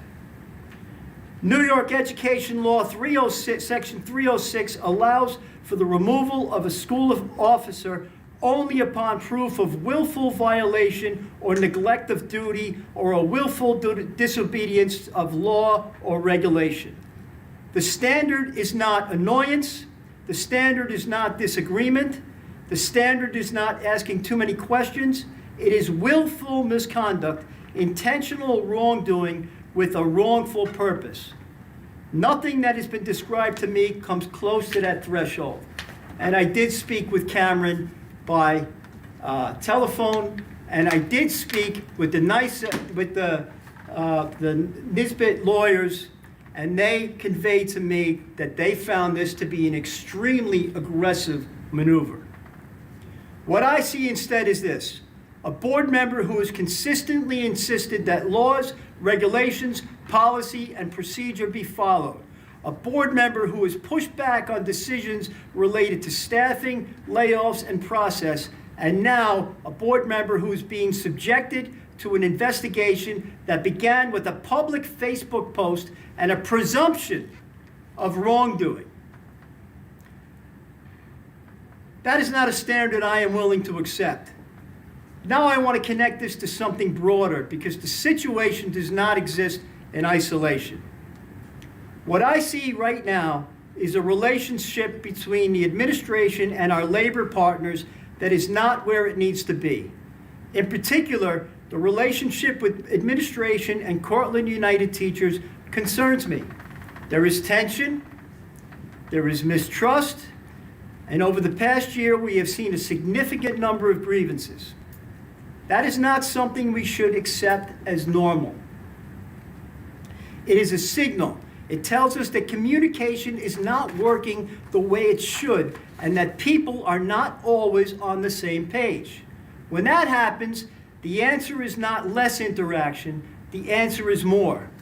More communication, more clarity, more opportunities to hear each other directly.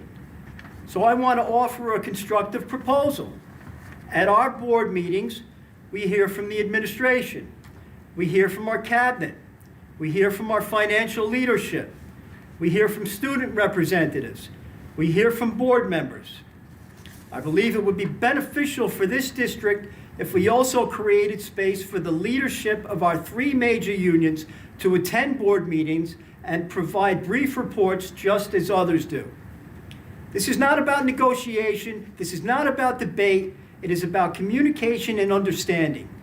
Bringing those voices to the table in a structured and respectful way can help ensure that concerns are heard early on, that misunderstandings are reduced, and that we are all working from the same information. My hope that by doing this, we can begin to reduce the number of grievances, improve relationships, and create a more collaborative environment across the district. Ultimately, that benefits everyone. It benefits our staff, it benefits this board, and most importantly, it benefits our students. Finally, I want to speak personally about how we arrived at this moment. I did not seek this position as board president. When I was first nominated, I declined. I did not believe I was ready. I did not believe I had enough experience. But I stepped into this role because I believed the district was heading into a difficult financial period last July. We were facing budget pressure. We had already attempted and failed 2 times to exceed the tax cap before I was part of this board. And I believe strongly that we needed to fight to bring more resources to this district. I've never made that a secret. My priority has been clear: protect programs, protect staff, serve students. That is why I was surprised and frankly concerned when in March, letters went out to more than 30 employees indicating that their positions were being eliminated. I understand the need to plan. I understand the need to prepare. It is appropriate to have conversations with employees about the possibility that positions may be reduced so they can seek other employment. That is fair and that is responsible. But issuing formal notices of that magnitude before the board has voted on the budget, before the community has had its say on a potential override, and before the board has taken final action, raises serious questions about the process. It creates the appearance that decisions have already been made before the public vote takes place. It places employees in a position of uncertainty, and it limits the board's ability to fully consider all options. That is not how this process should work. I am not raising these issues to assign blame. I am raising them because we need to get this right. The order of decisions matter. The role of the board matters. The voice of the community matters. Right now, I am frustrated, not because of one moment, because of a pattern I am seeing. We have an investigation that should have never reached this point. We have strained relations with our labor partners, and we have discussions being made in ways that raise questions about process and oversight. We can do better than this. As board president, I believe we must do better than this. We owe this community transparency. We owe our staff respect. We owe our students stability. And we owe each other fairness. If we expect this community to trust us, then we have to show them that we are worthy of that trust in how we treat each other and how we make decisions. Thank you. Oh, thank you.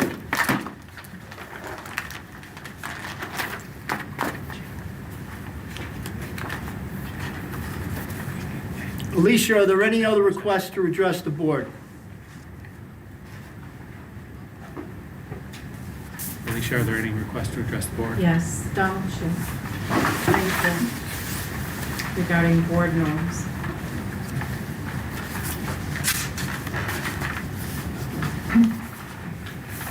The first responsibility of the school board is to supervise the superintendent. Without that supervision, the superintendent may become a law unto himself. Doing so requires inquiry. As a parent, you can't just go on what your children tell you. As board members, you can't just go on what a superintendent tells you. So why is the board paying a lawyer to investigate another member for meeting with teachers and community to find ways to save money and jobs? Everyone should be doing that. The vote to investigate was apparently made last month in executive session.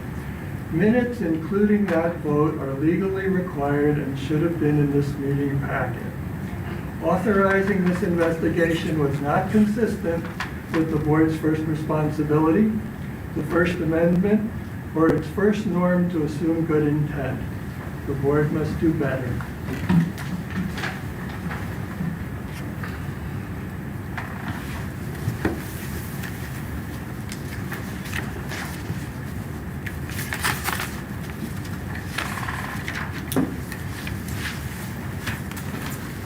Are there any more, Alicia? No. In accordance with Public Officers Law, Section 96, Subdivision 1, I would like to call for an executive session to discuss employment history of a particular person and legal matters. Do we have a motion? Motion. Joe. Do we have a second? Sherilyn? Any discussion? All in favor? Time is 9:34.